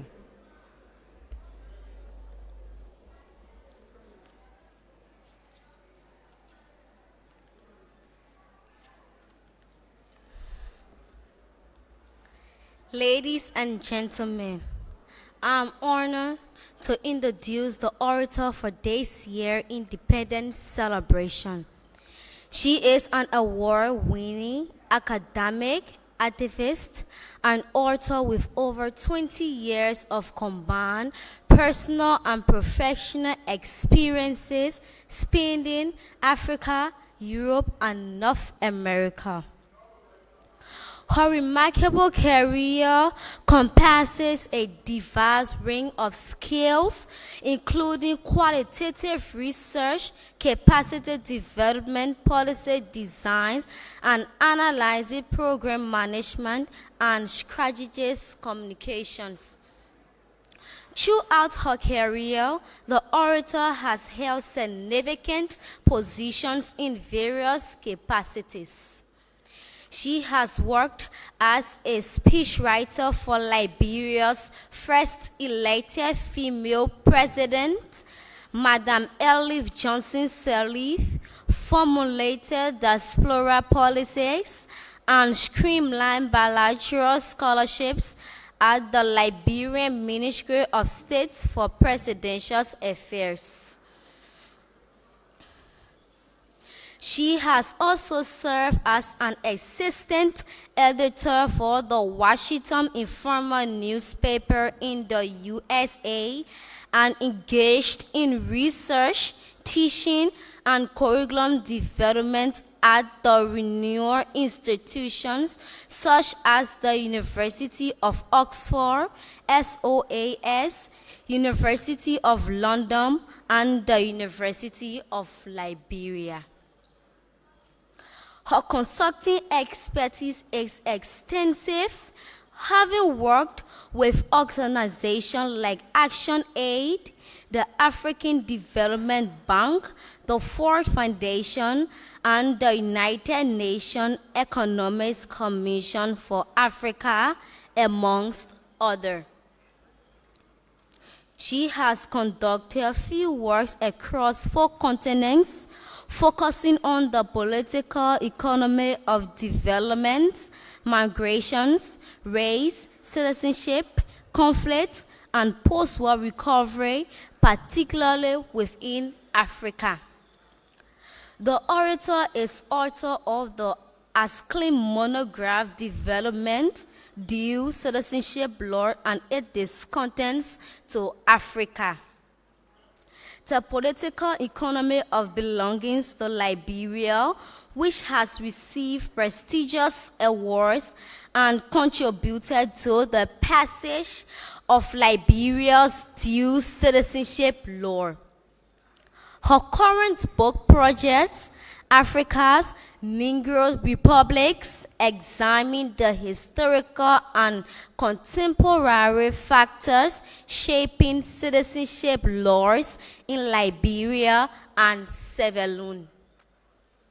In addition to her scholarly achievements, the orator has published in numerous academic journals and edited volumes, and her Pan-African anti-corruption children's books, Bangba and Chade have been endorsed by Liberia's Ministry of Education and adopted into various multimedia tools. Her commitment to justice, peace, and equality is evidenced in her writings for major international media outlets and her true leadership in expert commentary. She has been recognized with several awards for her public service and leadership. The orator's contribution extend beyond academia and into the realm of public engagement and advocacy. Her insightful pieces have been featured in prominent publications such as Al Jazeera English, The Nation, the International New York Times, The Guardian, and many others. She has constantly used her platform to change mainstream thinking and advocate for justice, peace, and equality. In recognition of her unwavering dedication to these principles, she has received numerous accolades, including the 2020 Grassroots Orative Movement Outstanding Public Service Award and the 2018 International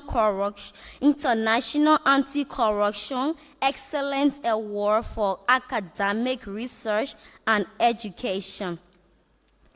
Her influence has also been acknowledged, globally being named one of 25 Africans to watch by the Financial Times and receiving the Bella Gold Pop-Tish Fellowship from the Rockefeller Foundation. The Orator Academy Journal is equally impressive. She has completed her undergraduate degrees in African Studies and English Literature at the Howard University, earned a master's degree in African Studies at the University of Oxford, and obtained a doctorate in Development Studies from SOAS, University of London, as a Mount Abraham PhD scholar.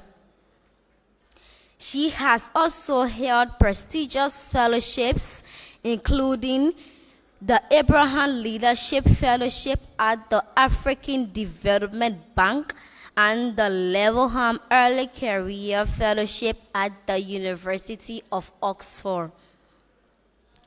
Currently, she serves as an assistant professor in international social and public policy at the London School of Economics and Political Science, where she continues to inspire and educate the next generations of leaders. Her life's works embodies a profound commitment to making the world a better place. Her scholarly achievements, contribution, public service, and advocacy efforts have left an indelible mark on the fields of development, governance, and social justice. She stands as a beacon of hope and an example of what it means to be a dedicated and impactful public servant. Ladies and gentlemen, I am honored to introduce the orator for this year's Independence celebrations.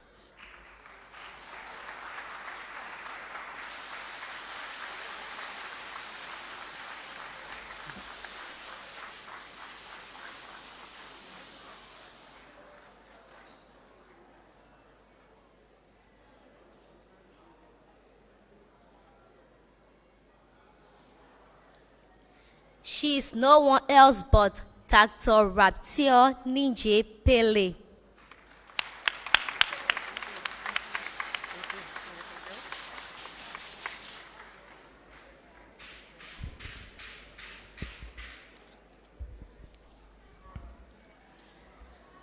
Good morning, everyone.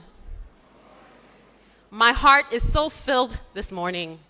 Thank you so much for the incredibly generous introduction, Princess. Knowing that Princess is going to follow me in leadership makes me feel very, very confident in the future of this country.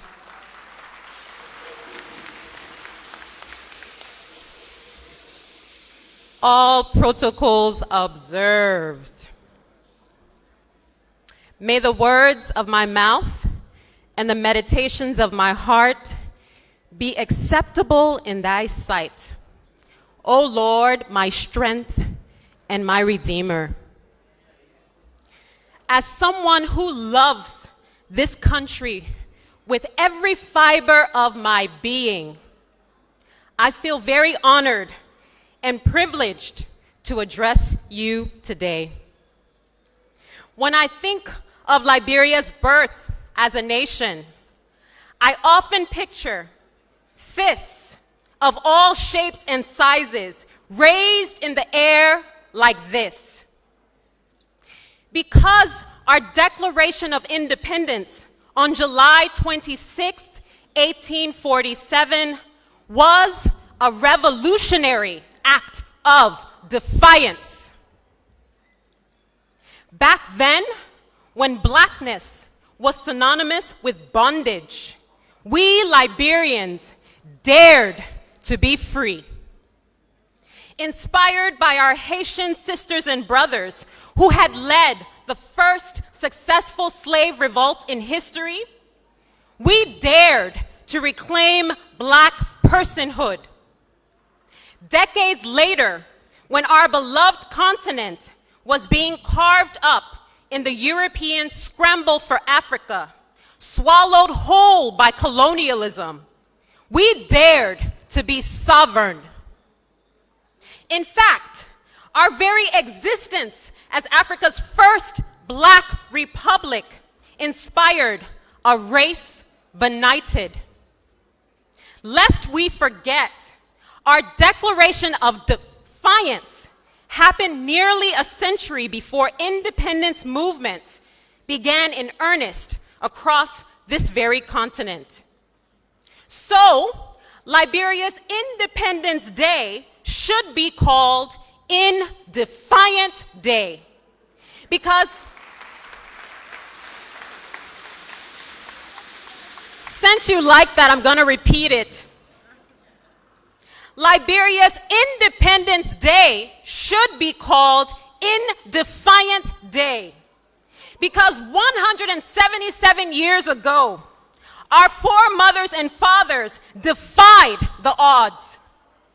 They attempted to prove that black self-rule was not only possible, but also undeniable. They embraced black internationalism long before this form of solidarity became an act of resistance. Our amalgam of different identities and cultures, West African, West Indian, Caribbean, Central African, and North American, was a radical affirmation of Africa meeting its diasporas. This exceptional legacy is our destiny.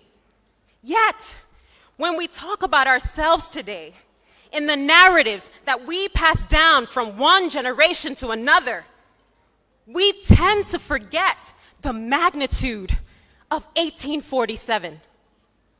We forget that this glorious land of liberty was founded on abolitionist principles. We forget that dignity once defined us. Somehow, somewhere, some way, we lost touch with our common humanity.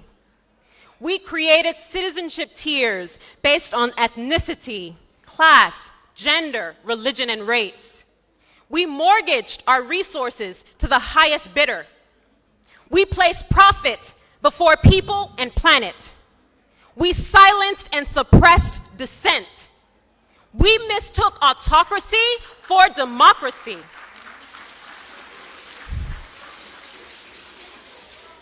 We failed to preserve and protect the cultural, artistic, and scholarly traditions that fill our hearts, enliven our souls, and sharpen our minds.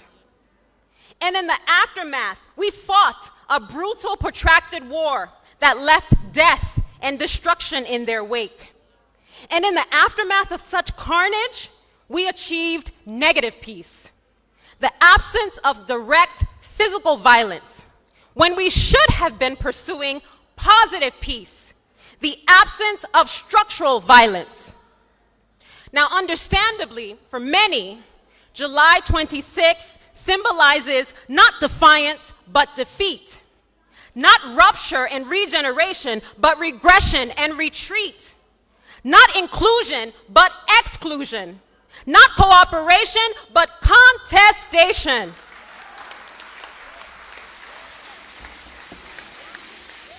From 1847 onwards, our negotiations over land ownership, political participation, identity, and belonging yielded both productive and destructive outcomes. Our nearly 200-year history as a nation exposed both collaborative and combative elements of who we are. Despite adopting a unification and integration policy 1 century after independence, we never actually united against a common existential threat until the Ebola outbreak of 2014 to 2016. For the first time, in that moment, instead of attacking each other, we stepped into our collective purpose and showed that in union strong, success is sure. We cannot fail. We proved that what started out as a 19th century experiment in black self-determination had grown into something larger than we could ever have imagined. In this, our 177th year, I urge us to reimagine what it means to be one nation, indivisible. Oh, how sweet this country could be if we only rebuilt it for all of us to enjoy. We must believe that there is sufficient space to accommodate our differences and our shared experiences, that there are enough resources to supply our basic needs and cultivate our God-given talents. And so, we must narrow wide gaps between the poor and the prosperous, between the powerless and the powerful, between women and men, girls and boys, young and old, rural and urban, domestic and diasporic. Every 26th should be a moment of reflection and reckoning. Have we dared to be defiant in the previous year? Have we treated each other with civility and not cruelty? Have we upheld high standards of accountability, and that includes respecting time? Have we reduced inequality and redistributed wealth to enable everyone to survive, not just merely survive? Have we reduced, I'm going to repeat that again, have we reduced inequality and redistributed wealth to enable everyone to thrive, not merely survive? Have we developed functioning systems that will outlive us? Have we taken full responsibility for our socio-economic transformation? My challenge to us on this Defiant Day is to build back better. My challenge to us on this indefiant day is to build back differently. Now, I have traveled the length and breadth of Liberia's 15 counties and our 16th county of the diaspora. And one thing always rings true. Each and every one of us wants to live a life of dignity. Now, our methods of achieving self-respect and self-worth have not always been compatible, fair, or just. Yet we cannot build a new Liberia for all Liberians, this year's 26th theme, until we all possess a basic level of well-being. Dignity must define us. This should be our creed, our mission, our vision, our roadmap, our North Star, our prayer, our central unifying core and ideal as a people. Dignity must define us.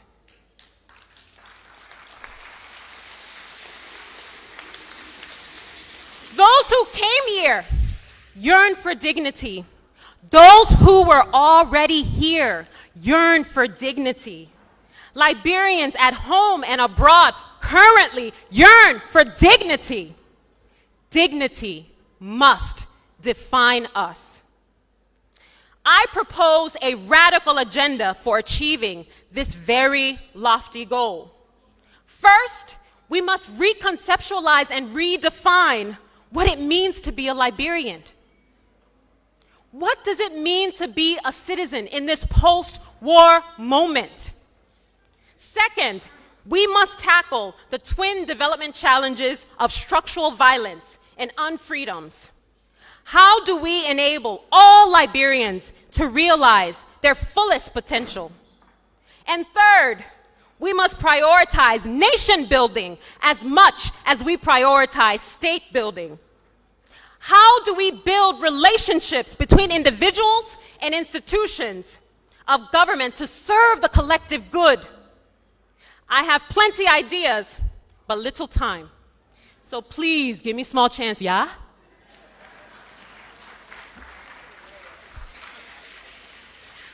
Reconceptualizing and redefining Liberian citizenship.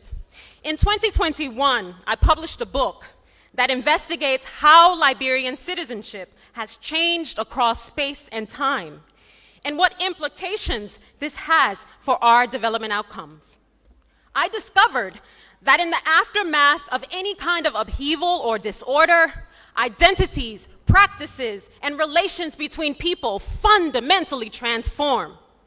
From our founding as a nation state, to the indigenous wars of resistance, to the political rumblings of the 1970s, to the vile assassinations in 1980 and 1990 of two heads of state, which culminated in warfare, Liberian identities, practices, and interpersonal relations have fundamentally changed. Understanding why this change has occurred and how we cope with it now is the beginning of reimagining Liberia anew. So I used the unique backstories of the Liberians I interviewed at home and abroad in 5 cities, 5 countries, 3 continents to develop a framework for reconceptualizing and redefining what it means to be Liberian. I call it the Liberian Citizenship Triad. Shaped like a triangle, this triad has 3 points that move from the individual to how the individual interacts with her, his, government, and society. Point 1 on the triad defines Liberian citizenship as passive and identity-based. You are Liberian if you can claim birthplace and/or bloodline ties to this country. This passive, identity-based form of citizenship is about claiming rights, regardless of your age, your gender, your ethnicity, your class, your sexual orientation, your ability, etc., etc., etc. Do you speak Liberian English and/or a Liberian language? Do you identify with at least one of our counties as part of your lineage? Point 2 on the Liberian citizenship triad defines Liberian citizenship as active and practice-based. You are Liberian if you consistently, let me repeat that, you are Liberian if you consistently contribute to the country's socio-economic transformation in big ways as well as in small ways.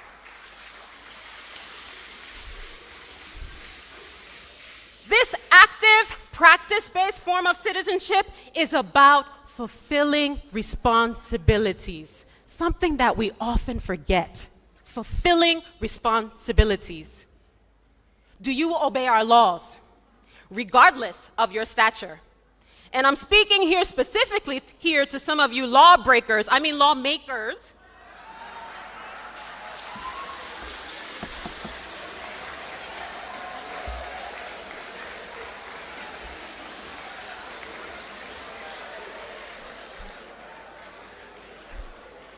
I knew you would enjoy that. Do you pay your taxes?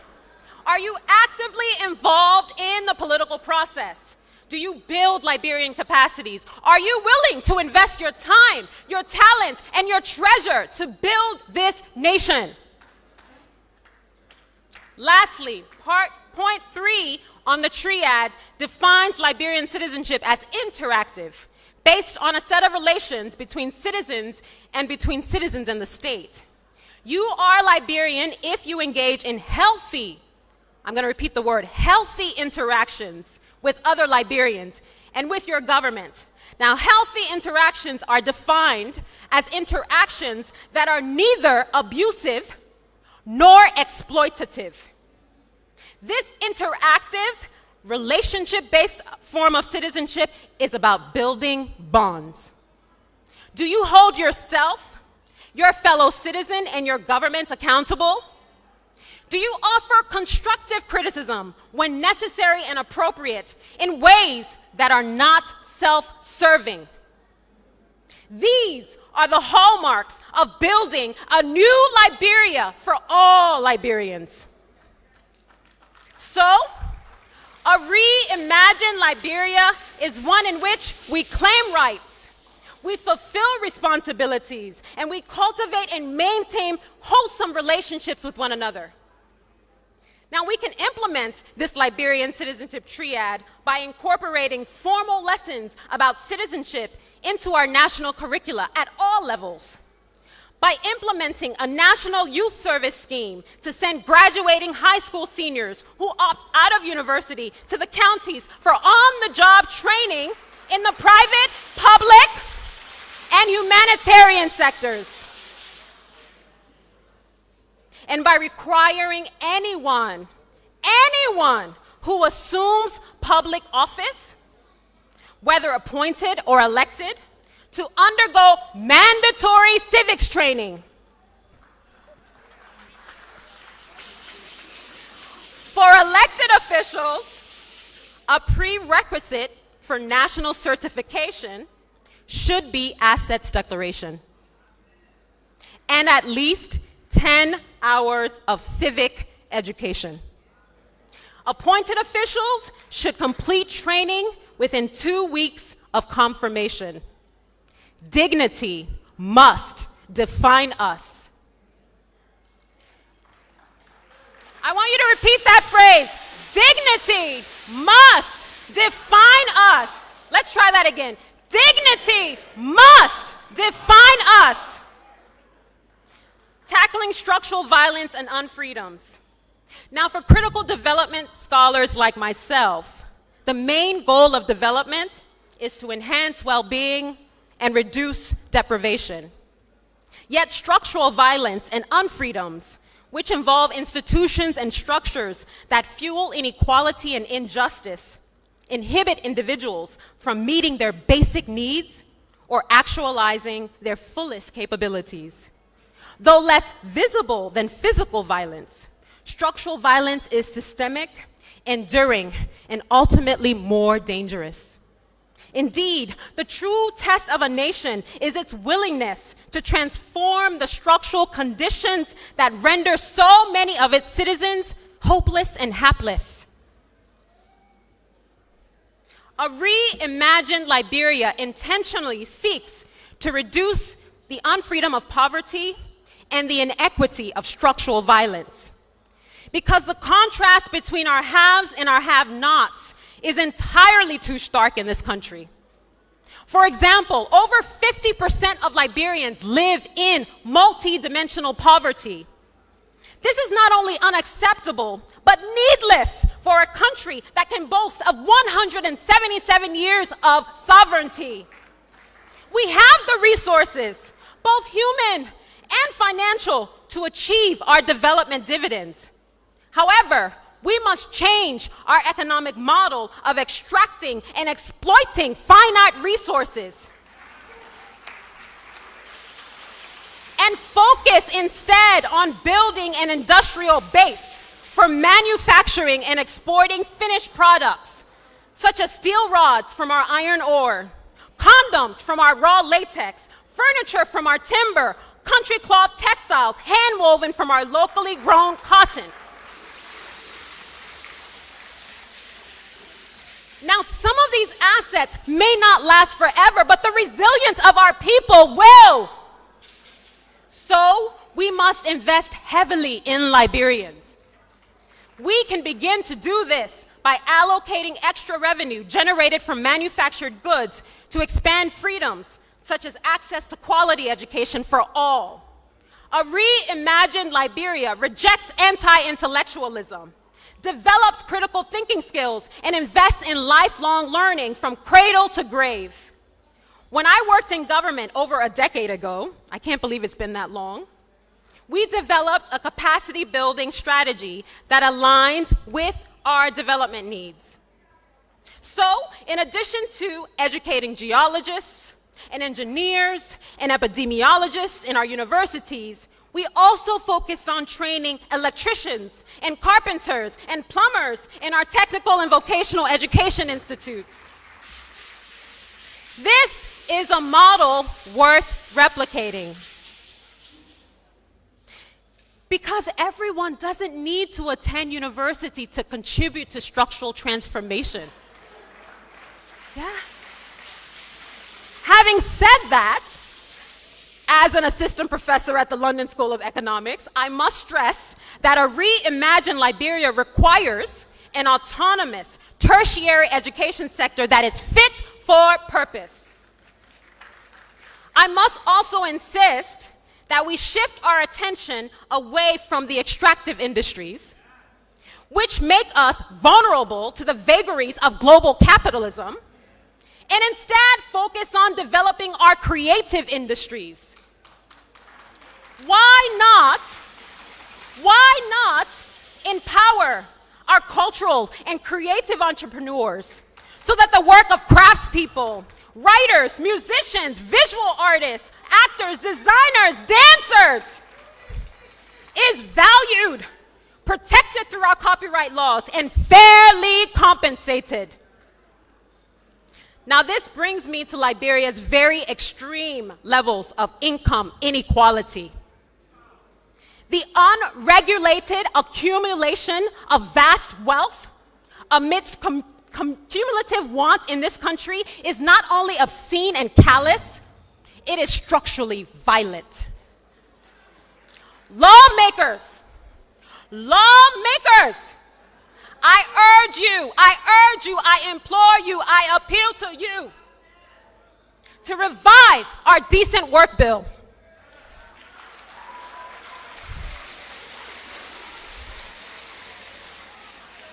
Change the monthly minimum wage from $143, which is unconscionable. What can you possibly do with $143 a month?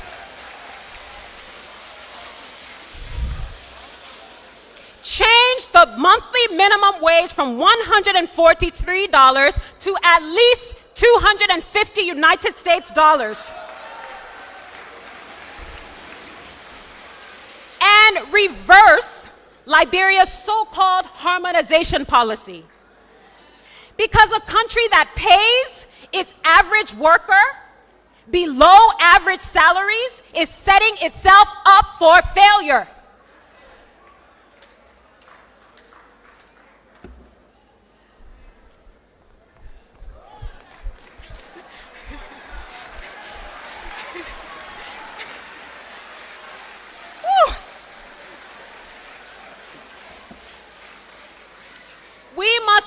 also reform our pensions and social security system, leading to a complete overhaul of NASCOR. This way, that particular agency can serve all workers, including those in the informal sector who are the backbone of this economy. If our government does its part, then we citizens must do ours. Now, when I was growing up as an undocumented migrant in Washington, D.C. in the United States, my humble and hardworking parents, my father is in the audience today, thank you, Dad,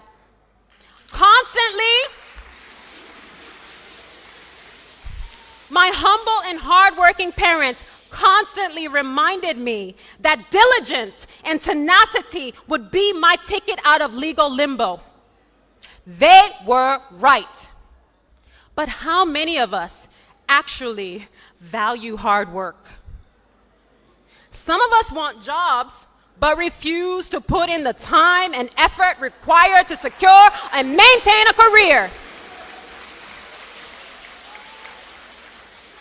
When given the opportunity, we shirk our responsibilities and demand compensation for doing very little. We must change our ethic around work and propel our labor markets into the next century. We must also enforce the Liberianization policy by protecting Liberian businesses from the monopoly of foreign cartels. For example, because we import more than 80% of our food, including the staple rice, preference for government contracts should be given to Liberian agribusiness operating at scale.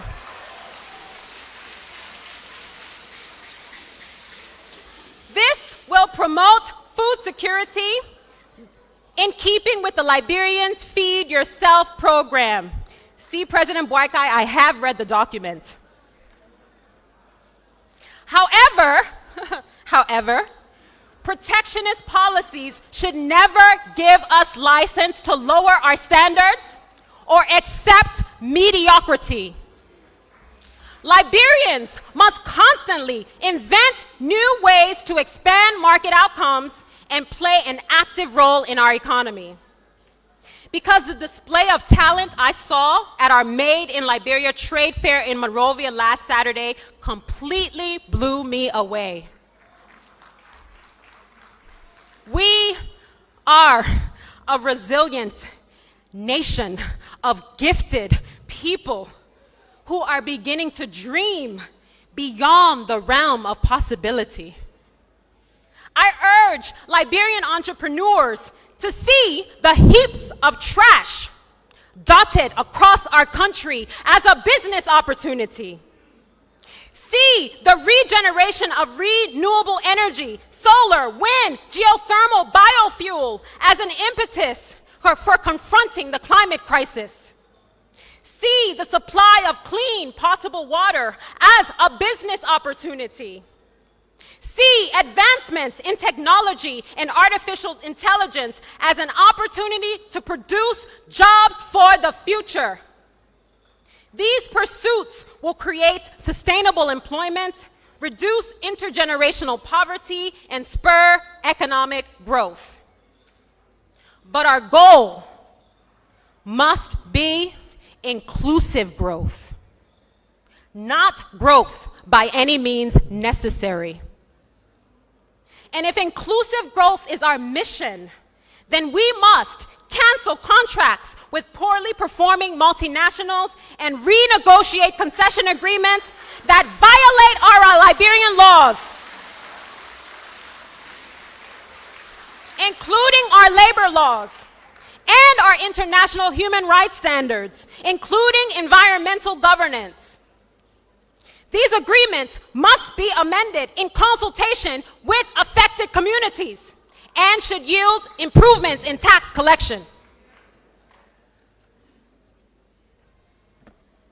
We must leverage increased domestic resource mobilization from these revised concessions to pay off internal and international debt and clear our arrears with regional institutions that we actually founded, such as the African Union, the Economic Community of West African States, and the Mano River Union.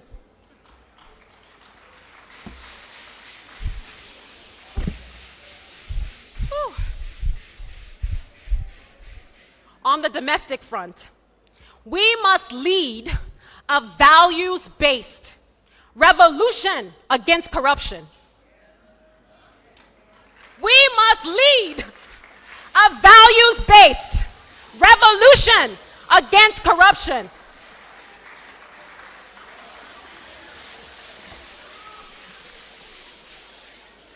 Now, my 2 anti-corruption children's books were written for this reason. That is, to equip children with the verbal tools to question the confusing ethical codes of the adults in their lives, and to model accountability, to become an example to us when it should be the other way around. Now, we do not need to reinvent the wheel, but we can be innovative in our advocacy of integrity. Liberia has a triple heritage of faith traditions. So what do African metaphysics, Islam, and Christianity have to teach us about greed and graft? How do they address Bagba, the title of my first book, which loosely translates into Bassa as lying, cheating, stealing? How do they promote Jade, the title of my sequel, which means honesty, truthfulness, transparency? Because corruption is not just rampant in the public and the private sectors. It is enmeshed in our everyday human interactions.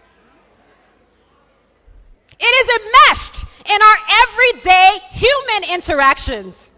We even use coded language or other euphemisms to conceal our misdeeds. Cold water, gato, flexibility fees. Huh? My favorite, des country aussi in a technique. We often point the finger at our government, failing to realize that corruption begins in the home, that corruption begins in the community, that corruption is a function of both poverty and greed, and that a corrupt regime is a reflection of a corrupt society.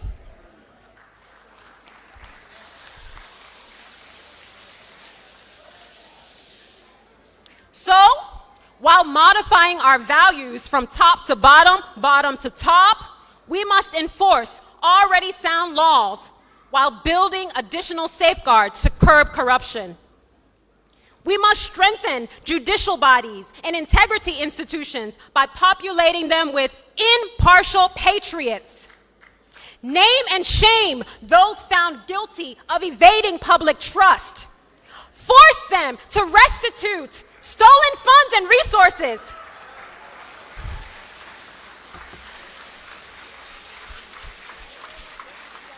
And then send them to jail.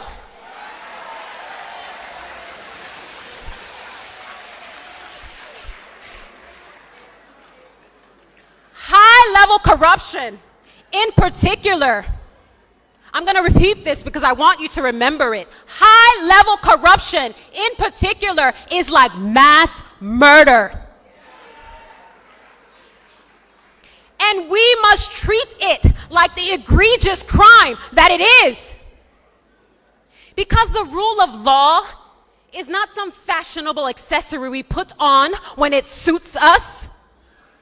It is the protective armor that we must wear every single day in our values-based revolution. Now, in addition to prosecuting people in the soon-to-be established National Anti-Corruption Court, we must also remove corruption-inducing expenditure from our national budget, such that inflated salaries for elected and appointed officials, imported vehicles, fuel and scratch card allotments can be completely done away with. These funds should be reallocated to incentivize doctors and nurses and teachers and police officers who serve under-resourced regions of this country. All government agencies must be audited, and elected and appointed officials should declare their assets for public scrutiny as a requirement for assuming office. On the international affairs front, we must not allow foreign financiers to hijack our development process. We cannot and will not build a new Liberia for all Liberians if we blindly pander to the World Bank, the International Monetary Fund, and their proxies in the United Nations. These neoliberal institutions are not committed to the radical transformation required to reimagine Liberia.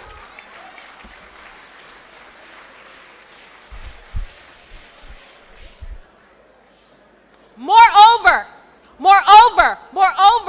our socio-economic transformation must be internally driven, not externally imposed. So, a reimagined Liberia reduces poverty and inequality, yes, but it also redistributes wealth, invests domestic resources into basic social services, protects land and labor in the midst of capitalist reintegration, and expands prosperity for all. This is how we address structural violence and unfreedoms head on. Dignity must define us. Dignity must define us. Prioritizing nation building and structural and state building. For the last 2 decades, Liberia has focused almost exclusively on state building at the expense of nation building. Yet one cannot succeed without the other. Whereas state building concerns strengthening government institutions, such as policies, laws, courts, and legislatures, nation building is about improving the relationships that govern our lives. While nation building is people-centric and internally driven, requiring national agency, ownership, and resources, state building is institution-centric and often externally supported with international resources. Whereas state building focuses on building physical infrastructure, which is very important, so our roads, our bridges, our ports, our electricity. Nation building focuses on building human infrastructure. That is, the psychosocial, emotional, mental, and communal well-being of citizens. State building lifts Liberia by improving the government's ability to provide privileges and protections. Nation building lifts Liberians by enabling citizens to demand representation, rights, and resources while also fulfilling responsibilities. Now, 20 years in the making, our recent progress on establishing a war and economic crimes court is a welcome convergence of nation building and state building. Because the arc of a reimagined Liberia bends towards justice.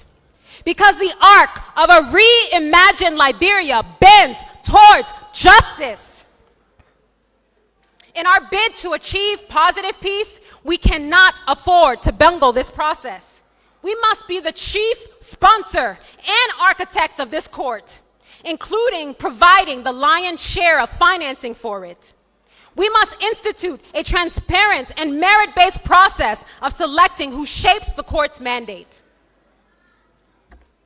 And we must hold accountable those who bear the greatest responsibility for economic and war crimes without fear or favor, including foreign financiers and external state actors. So far, we have started on very shaky ground. First, Although Executive Order number 131, establishing the Office of a War and Economic Crimes Court, was celebrated as long overdue, it still has a short lifespan of 12 months. Time is of the essence, but we are moving at a snail's pace. Second, the executive director of this office was selected under dubious circumstances, with apparently no civil society vetting or endorsement. This is unacceptable.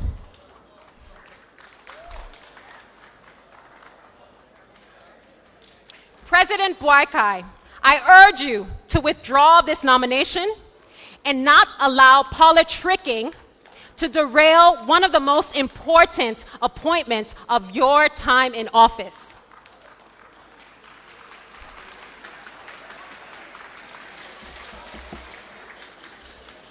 Staff this office with upstanding human rights defenders, many of whom have been advocating in the trenches for decades.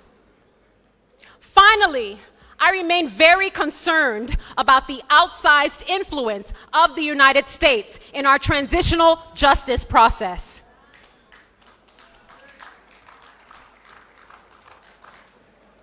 We must forge new strategic partnerships based on mutual benefit and disabuse ourselves of the notion that we have a special relationship with America.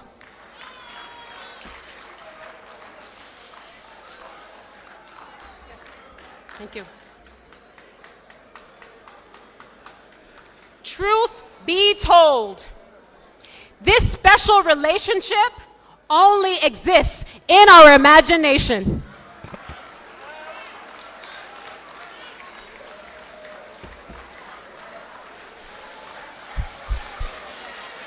Lest we forget,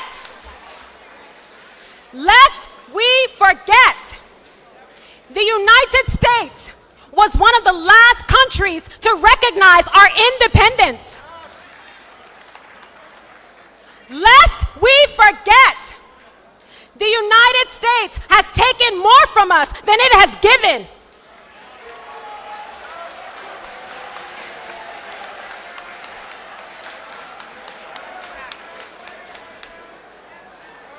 Lest we forget, the United States will always serve its own interests above all else.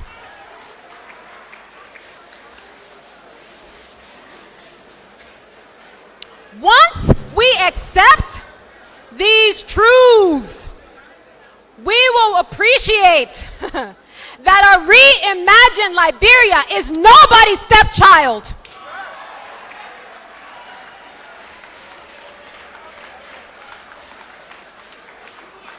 A reimagined Liberia is not only free from colonial relations of power, it is also free from colonial artifacts that cripple us.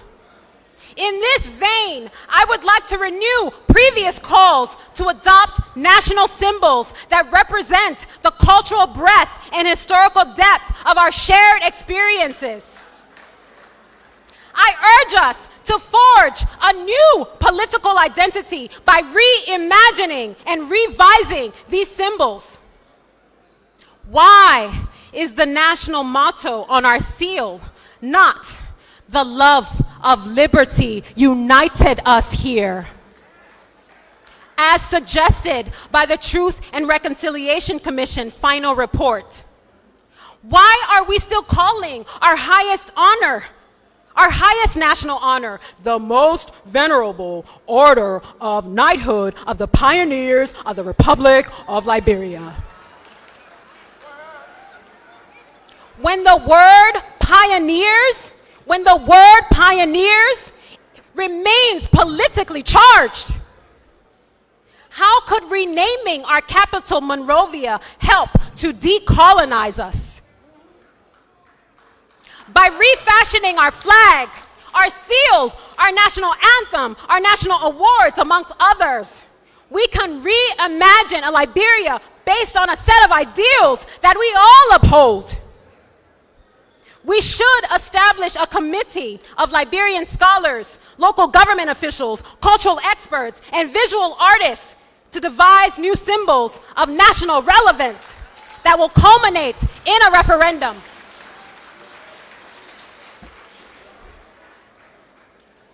We must also adopt one of Liberia's most widely spoken languages as our national language, and embrace Liberian English as our lingua franca. Now, this does not negate the need to master standard English. Instead, it promotes multilingualism as a form of nationalism. Because our norms and traditions are fluid rather than fixed, we must understand that the dichotomy between indigenous and settler, domestic and diasporic, is false. One thing that unites us all is our shared history of migration. Now, some of us are more recent migrants than others. For example, most of Liberia's 16 ethno-linguistic groups are not indigenous. They actually migrated in several waves from the 12th century onwards. By the time free and formerly enslaved blacks arrived on the coast of pre-settler Liberia in the mid-19th century, 250 years of migration had preceded them. So, our shared historical narrative must be that we are all immigrants. None of us belongs to this country more than the other.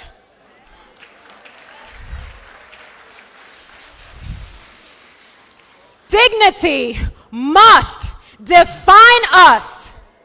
Let me hear it again. Dignity must define us. Don't worry, I'm wrapping up.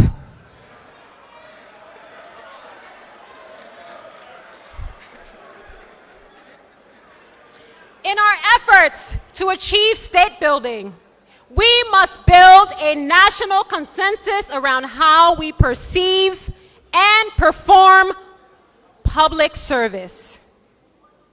While some people enter government to engage in post-war profiteering, others are committed to transformational public sector productivity. Not everyone who joins government to steal. While some remain political entrepreneurs, others become transformational policymakers.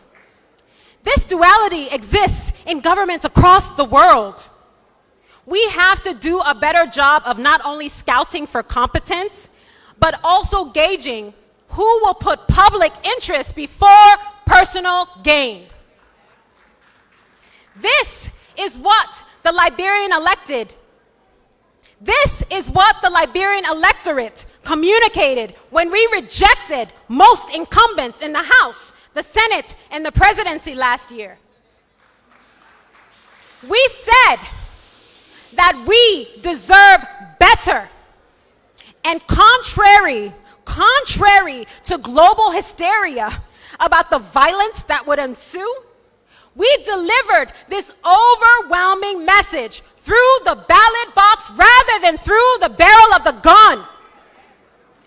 Our young post-war democracy defied the odds in a sub-region that has been racked by political and military coups. But there is still essential state-building work to be done. For example, a recent study found that the cost of politics in Liberia is too high. So much so that wealthy and or politically connected men tend to dominate the electoral arena. This means that people who should be in elected office, like women and poor people with integrity, rarely have the resources to run successful campaigns. In a reimagined Liberia, campaign finance would be regulated to curb the misuse of state resources and to police the clandestine private donations that come in. To members of our national legislature, to members of our national legislature, some of you have already started campaigning for 2029.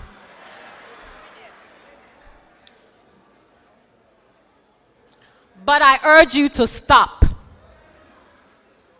Stop jockeying for power and grandstanding on Facebook and Instagram and LinkedIn.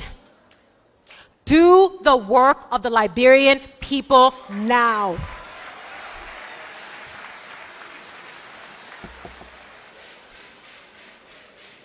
They will decide whether you are worthy of re-election. In the meantime, go to your districts and your counties and engage in quarterly legislative dialogues so that you can report to the people you represent and hear directly from them. The House and the Senate must have functioning websites with the names and contact information of all elected officials, including information on your legislative agendas, the bills you have sponsored, and your voting records. No? Yes. This would mean you create a feedback mechanism for your constituents to hold you accountable. Most importantly, you can hold yourselves accountable by reducing your salaries by 20%.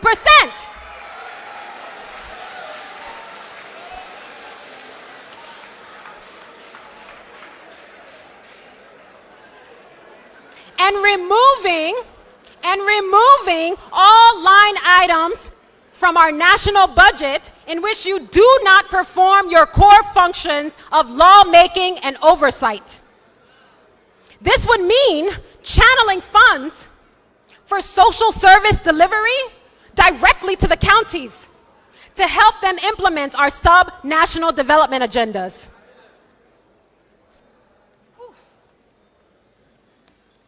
To President Boakai,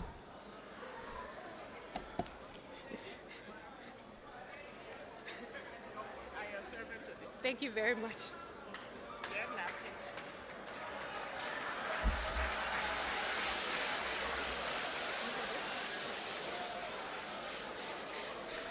To President Boakai, I know many people warned you about inviting me to serve as national orator.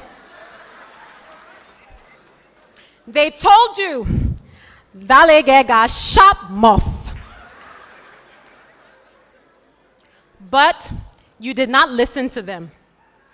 You did not listen to the naysayers, and for that, I am both humbled and grateful.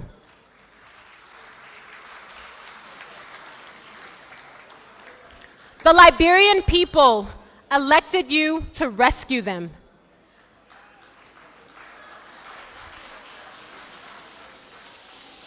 Six months in, expectations are high and morale low. But all is not lost because true change takes time. Though you inherited a laundry list of priorities to tackle, I urge you to focus on a handful of tangible goals in the next 6 years and work on achieving results. Forget about political niceties and partisanship and institute swift reforms that will cement your legacy as a respected statesman.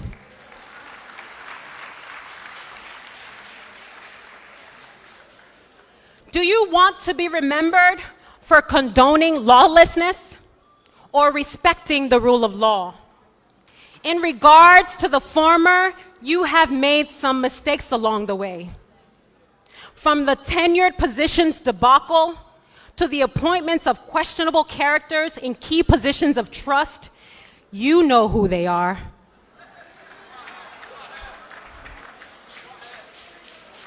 To the controversy of what I call Yellow Machine Gate. I urge you to course correct before you lose the confidence of the Liberian people.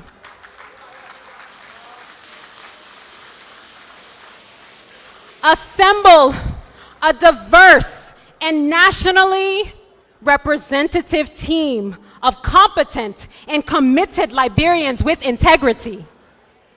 Devise mutually agreeable, time-bound deliverables for them to achieve, and hold them accountable. Demand that all appointees roll up their sleeves and get to work or move out of the way of progress.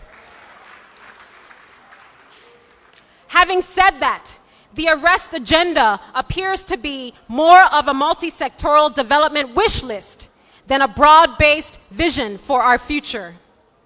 I propose using the phrase, "Dignity must define us," as the unifying anchor for this administration's development plan. The process of managing change and delivering public goods must be Liberian-led, Liberian-financed, and Liberian-managed. I urge you to run the executive branch like the well-oiled machine it should be. President Boakai, schedule quarterly presidential town hall discussions on the state broadcaster so that citizens can converse with you in real time. Mandate your ministers and heads of state-owned enterprises to do the same. The Liberian people, elected and executive, they presumed would be accessible and accountable. Please, please, please do not disappoint them. Dignity must define us. Can I hear it again? Dignity must define us. I would like to end my oration with a special message to Liberians at home and abroad. To women and youth in particular, I see you. The twin challenges of sexism and ageism have left some of you feeling disillusioned and angry. I see that you're struggling, that some of you have lost faith in a system that rewards harming people rather than hurting them. I see that you have lost faith in a system that rewards harming people rather than helping them, especially those we deem weak and disposable. That ache in the pit of your gut is your will to demand more. Don't lose the fire in your belly. To Liberians worldwide, I am aware that our sweet land of liberty is far, far, far from a utopia. I remain convinced, however, that in my lifetime, our country of many firsts will reassume its rightful place as a beacon of hope for this continent. Because a reimagined Liberia is a liberated Liberia. I invite you to help me reimagine Liberia anew, because we are the ones we have been waiting for. Happy 177th Independence Day, Liberia. Thank you plenty.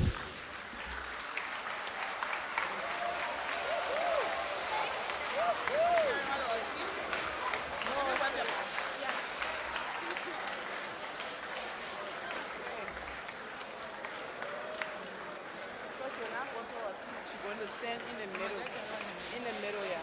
Come on.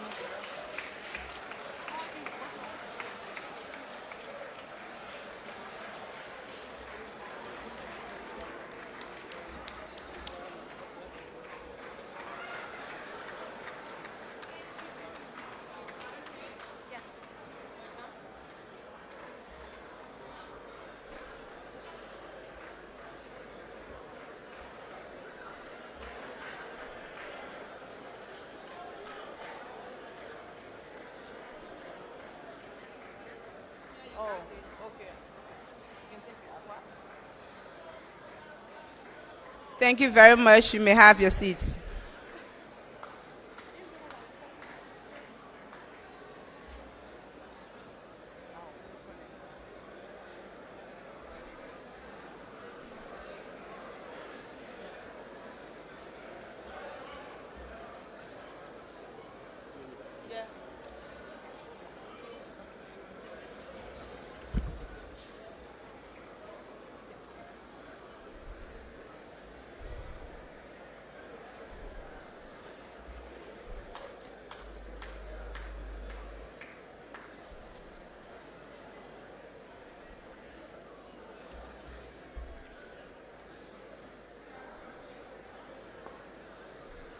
Citation by the President to Dr. Raptel Nije Pillay, award-winning Liberian academic, activist, and author, assistant professor at the London School of Economics and Political Science. You were born on April 12, 1982 in Monrovia, Liberia, to the union of Mr. Abraham Robert Pillay and Mistress Ethel Nije Johnson Pillay.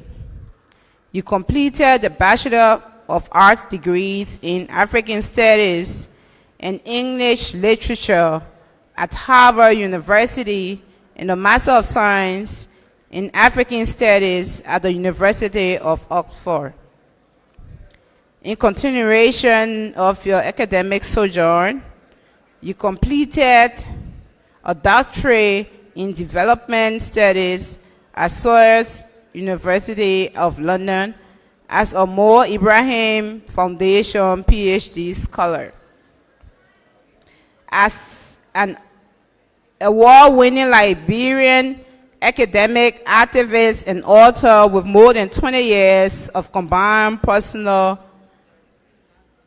and professional experiences across Africa, Europe, and North America, you have worked across a broad range of fields supporting universities, governments, media institutions, multilateral, regional, non-governmental, and community-based organizations.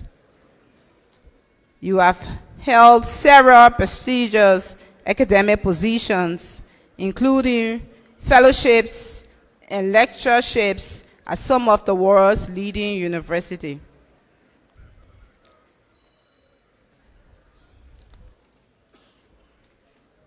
You have published in several scholarly journals, made presentations at universities across the globe, and engaged increasingly with policymakers and practitioners through consulting and invited talks. Given your firm belief that a better world is imperative, you have been recognized with several distinctions, including as a 2020 Grassroots Alternative Movement Outstanding Public Service Award winner, a 2010 Archbishop Tutu Leadership Fellow by the African Leadership Institute, a 2003 Amnesty International Patrick Stewart Human Rights Scholar, and a 2001 Civil Rights Summer Fellow of the Leadership Conference and Civil Rights, Harvard University Law School. Your activism is deeply rooted in your commitment to addressing inequality and empowering marginalized community and your love for country. And now, therefore, in consideration of your accomplishment as an award-winning Liberian academic, activist, author, an inspiration to the next generation and a proud daughter of Liberia, I, Joseph Yuma Braka Sr., President of the Republic of Liberia, by virtue of the authority in me invested as Grand Master of the Orders of Distinction of the Republic of Liberia, Do hereby admit you, Dr. Raptel Nije Pili, into the Order of the Star of Africa and conferring upon you the grade of Grand Band. Wear this insignia with pride and dignity to the glory of God. Please accept my congratulations.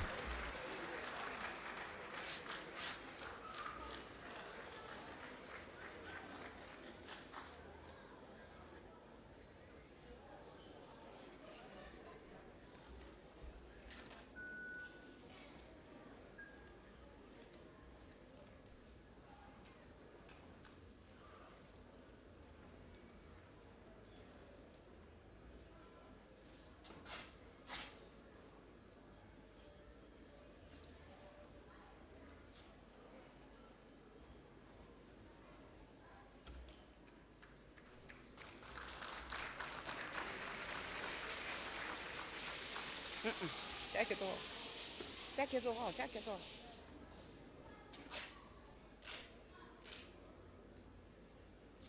Clear. Okay, hold the box. Or just also give it to her. The big one on her already.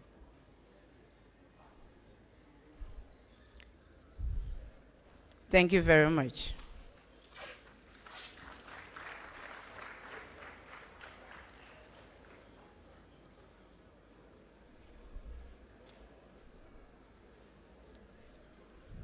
Thank you. You may have your seats.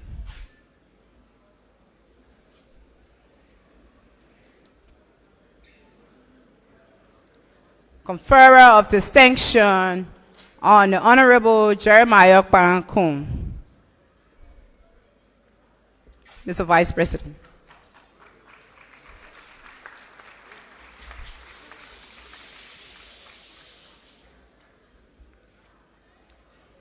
Citation by the President to Jeremiah Kpankun, Vice President of the Republic of Liberia, businessman, politician, humanitarian. You were born on March 17, 1978 in Yekepa, Nima County. Your life wasn't without its struggles, but still you remain resilient. At the age of 12, in the midst of the Liberia silver strap, you show a lot of independence, fending for yourself and seeking refuge along the beaches. The hardships prepared you to take bold steps as you developed your entrepreneurial spirit through the selling of fish and cane juice as far as to the Republic of Guinea. Knowing you had a favor for business, you pursued a university degree and completed your studies, earning a Bachelor of Arts degrees in Business Administration from Cotton University. This resilience shaped your journey in life for a young fisherman to a successful business person. Learning from the early hardships in your life, you made a decision to give back to your community through significant contributions to the healthcare system, where you built and furnished medical centers to include a furnished surgical theater at the Complete Medical Center, which you handed over to the government of Liberia in 2022. You constructed marketplaces to provide convenience in marketeers as they sold their wares. You afforded the opportunity to students through scholarships for studies in and out of Liberia. Yours was a service to humanity. You sought other ways to improve the lives of your compatriots, and in 2011, you began your political sojourn as a member of the House of Representatives, representing Electoral District 1 of Nima County. You served the people in that capacity for a year and a half terms before winning a 9-year mandate in the Liberian Senate during the 2020 special senatorial elections under the ticket of the Movement for Democratic and Reconstruction, NDR. While in the legislature, you championed and spearheaded several legislative initiatives, notably among which was the Technical and Vocational Education Training Bill establishing the Gampar Technical and Vocational School. You also proposed a bill to adopt the Liberian dollar as the single currency, which you as a business person yourself believed would boost economic recovery. In 2023, while still in the legislature, you accepted the offer of His Excellency Joseph Yuma Baraka Sr. to be his vice running mate during the presidential elections. You now hold the position of Vice President of the Republic of Liberia after the successful win of the ticket. You are married to charming Madam Stephanie Down, which union is blessed with many children. You are a symbol of resilience and determination. Your life is a testament to the power of perseverance and the impact of dedicated leadership. Continue to serve well. And now, therefore, in consideration of your accomplishments as a businessman, humanitarian, and politician, and for your resilience and your steadfastness, I, Joseph Yuma Baraka Sr., President of the Republic of Liberia, by virtue of the authority in me invested as Grand Master of the Orders of Distinction of the Republic of Liberia, do hereby admit you, Jeremiah Kwankun, into the Order of the Star of Africa with the grade of Grand Band. Wear this in signal with pride and dignity to the glory of God. Please accept my congratulations.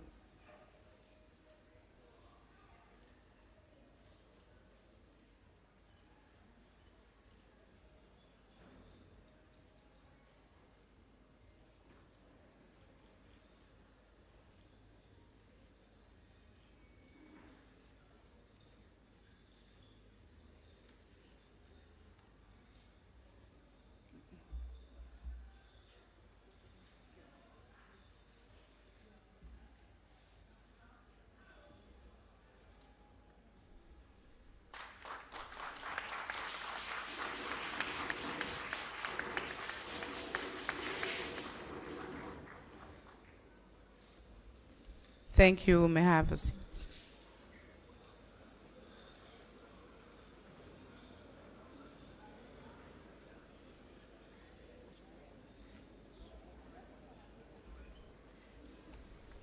Messages of facilitation from sovereign heads of states and government in the recognition of special guests. Her Excellency, Madam Sarah Beslo-Yanti, Minister of Foreign Affairs.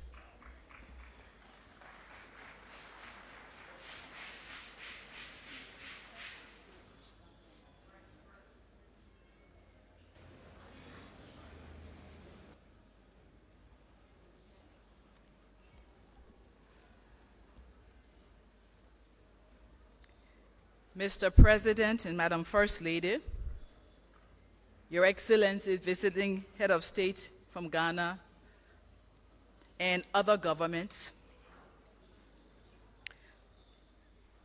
Mr. Vice President and Madam Second Lady, Mr. Speaker and Madam President Pro Tempore, honorable members of the legislature, Your Honor, the Chief Justice and Associate Justices of the Supreme Court,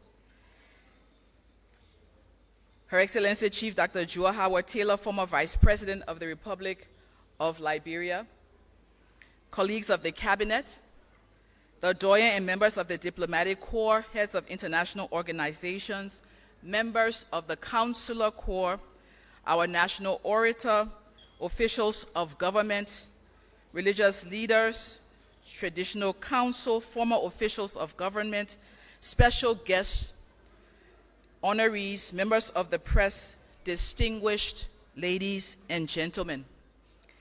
Every year, during commemoration of our independence anniversary of our republic, it is a tradition that the President, government, and people of the Republic of Liberia receive messages of felicitations and best wishes from friendly governments and institutions. On this auspicious occasion of the 177th Independence Anniversary of the Republic of Liberia, it is my distinguished honor to acknowledge with sincere appreciation messages of congratulations to the President and people of Liberia received from the following heads of state and government, as well as from heads of international organizations. His Excellency Lazarus MacArthur Chakwera, President of the Republic of Malawi. His Holiness Pope Francis, the Vatican. His Majesty King Felipe VI, King of Spain. His Excellency Abdel Fattah al-Sisi, President of the Arab Republic of Egypt. His Excellency Azali Assoumani, President of the Union of Comoros. His Excellency Joseph R. Biden Jr., President of the United States of America. His Excellency Petra Pavel, President of the Czech Republic. His Excellency Yoon Suk Yeol, President of the Republic of Korea. His Majesty King Charles III, King of the United Kingdom. His Excellency Felix Antoine Tshisekedi Tshilombo, President of the Democratic Republic of the Congo. His Excellency Mr. Abdel Majid Tebboune, President of the People's Republic of Algeria. His Excellency Xi Jinping, President of the People's Republic of China. His Excellency General Umaro Sissoko Embalo, President of the Republic of Guinea-Bissau. His Excellency Marcelo Rebelo de Sousa, President of the Portuguese Republic.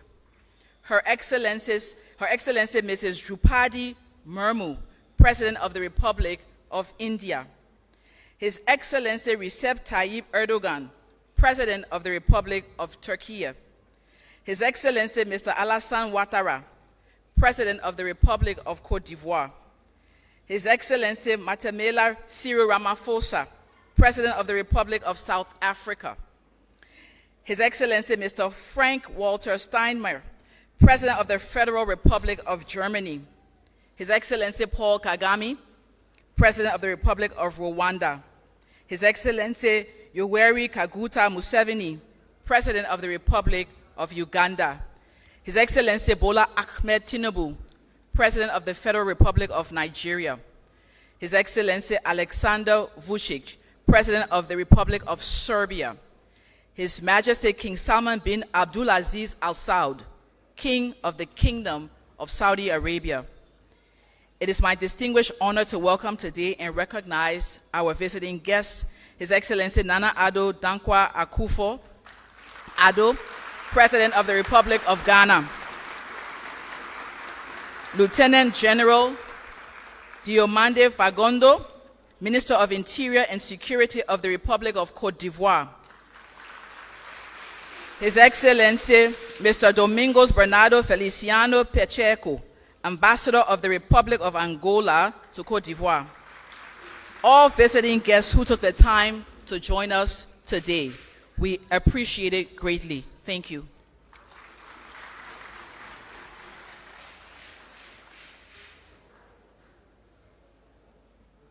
Thank you, Madam Minister.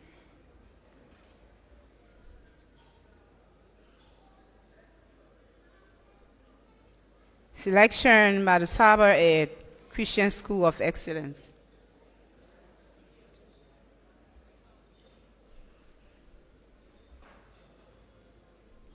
The press, please clear.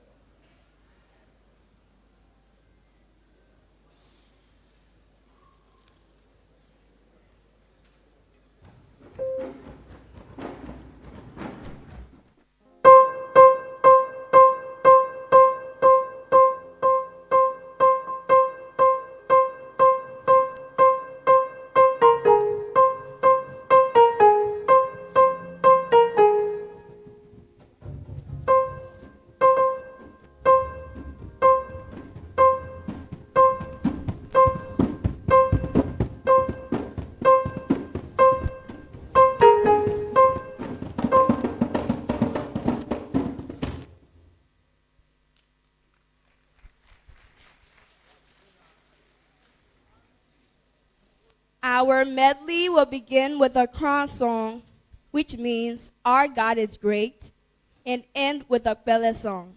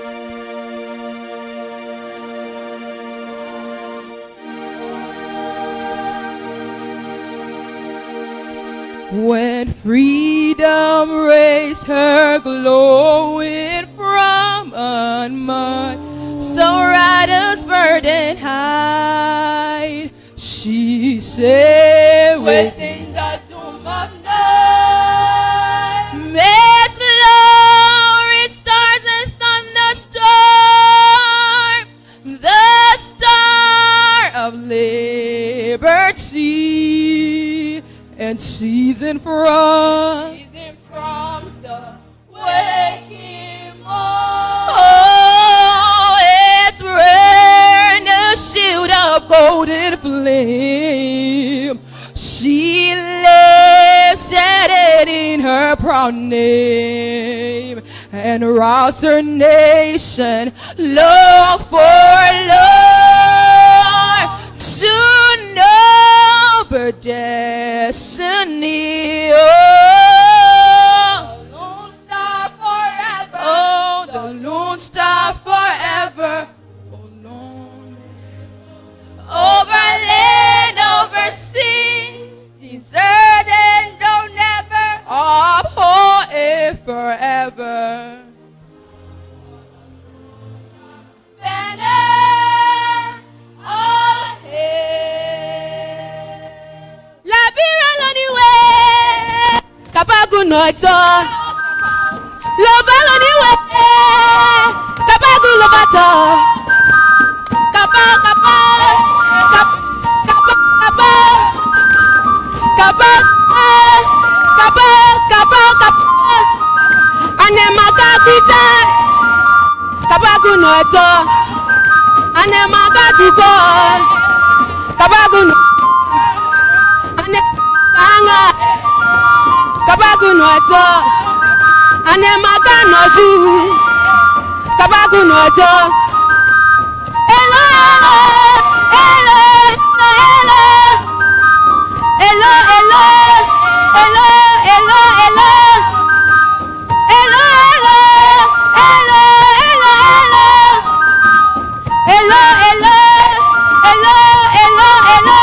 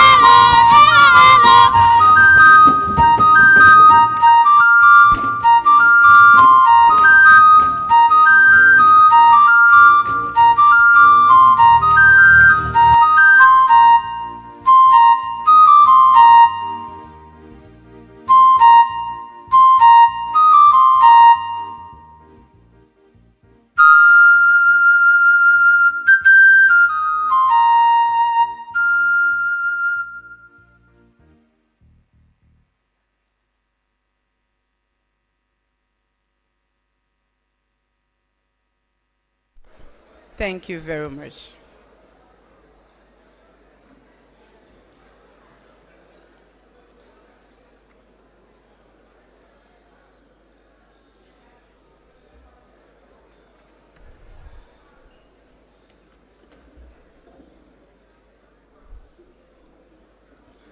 His Excellency Nana Akufo-Addo, President of Ghana, Mrs. Katumu Wa-Boaka, First Lady of the Republic of Liberia, Honorable Jeremiah Kwan-Kun, Vice President of the Republic of Liberia, and Mrs. Stephanie Kun, Second Lady, Honorable Councillor J. Funanti Kofa, Speaker of the House of Representatives and members of the House of Representatives, Her Honor Sianen Yo, Chief Justice and Associate Justices of the Supreme Court of Liberia, Honorable Yomli Kanga Lawrence, President pro tempore and members of the Senate, the Chief Dr. Joel Howard Tiller, former Vice President of the Republic of Liberia, heads of delegation representing sovereign heads of states, the Dean and members of the Cabinet, our National Orator, the Doyen and members of the Diplomatic Corps, members of the international organizations, members of the Consular Corps, officials of government, military and paramilitary brass, clergy and religious leaders, chiefs, elders, and traditional leaders, former officials of government, business community, youths, citizens of Liberia and foreign residents, members of the press, distinguished ladies and gentlemen. It is my pleasing duty to welcome to the podium His Excellency Joseph Yuma Boaka, President of the Republic of Liberia, for the special statement.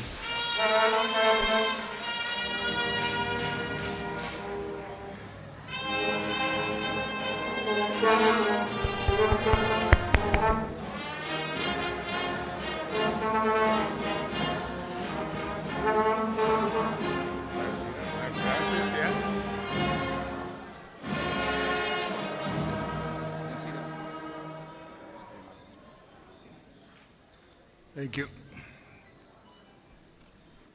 Thank you very much. Please have your seats.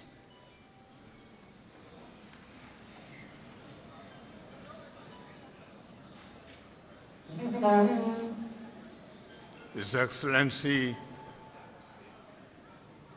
Nana Addo Dankwa Akufo-Addo, President of the Republic of Ghana, Madam First Lady Katumu Muakai, Mr. Vice President and Mrs. Kuhn, Mr. Speaker and Honorable Member of the House of Representatives, Madam President Pro Tempore of the Senate, Madam former Vice President of Liberia, Madam Chief Justice and Associate Justices of the Supreme Court, the Dean and members of the Cabinet and other officials of government, Excellencies and Doyen, members of the Diplomatic Corps, heads and representatives of international organizations, Dr. Robert and Haley, the national orator, heads and representatives of political parties, members of the Traditional Council of Chiefs and Elders and traditional leaders, former officials of government, bishops, prelates, and members of the clergy, development partners, business leaders, members of the press, students, fellow citizens, ladies and gentlemen. Today, as a grateful nation, we stand before God to thank Him for forging and sustaining our country, which holds so much promise for the future, despite having gone through great adversity in the past. As we celebrate the 177th anniversary of our independence, we honor and remember the sacrifices of those who came before us, including the founding fathers who envisioned a land of freedom, liberty, and justice. We also pay tribute to the champions of democracy who followed by their sweat, tears, and blood. We were bequeathed a new culture of democracy that is holding its own and celebrated by the world.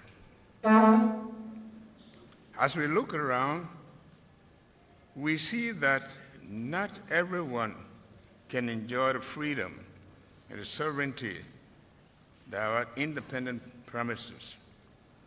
Many people still suffer from hunger, homelessness, illness, poverty, and injustice.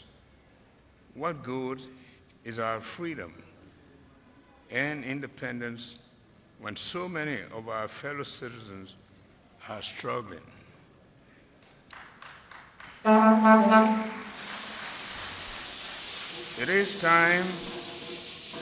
It is time for us to embrace the true values of freedom and work together to provide opportunities for many Liberians to live a dignified life in our country. My fellow citizens, we are at a crucial moment to our nation's history. We have a rare opportunity to come together and truly embody the meaning of freedom and to build a nation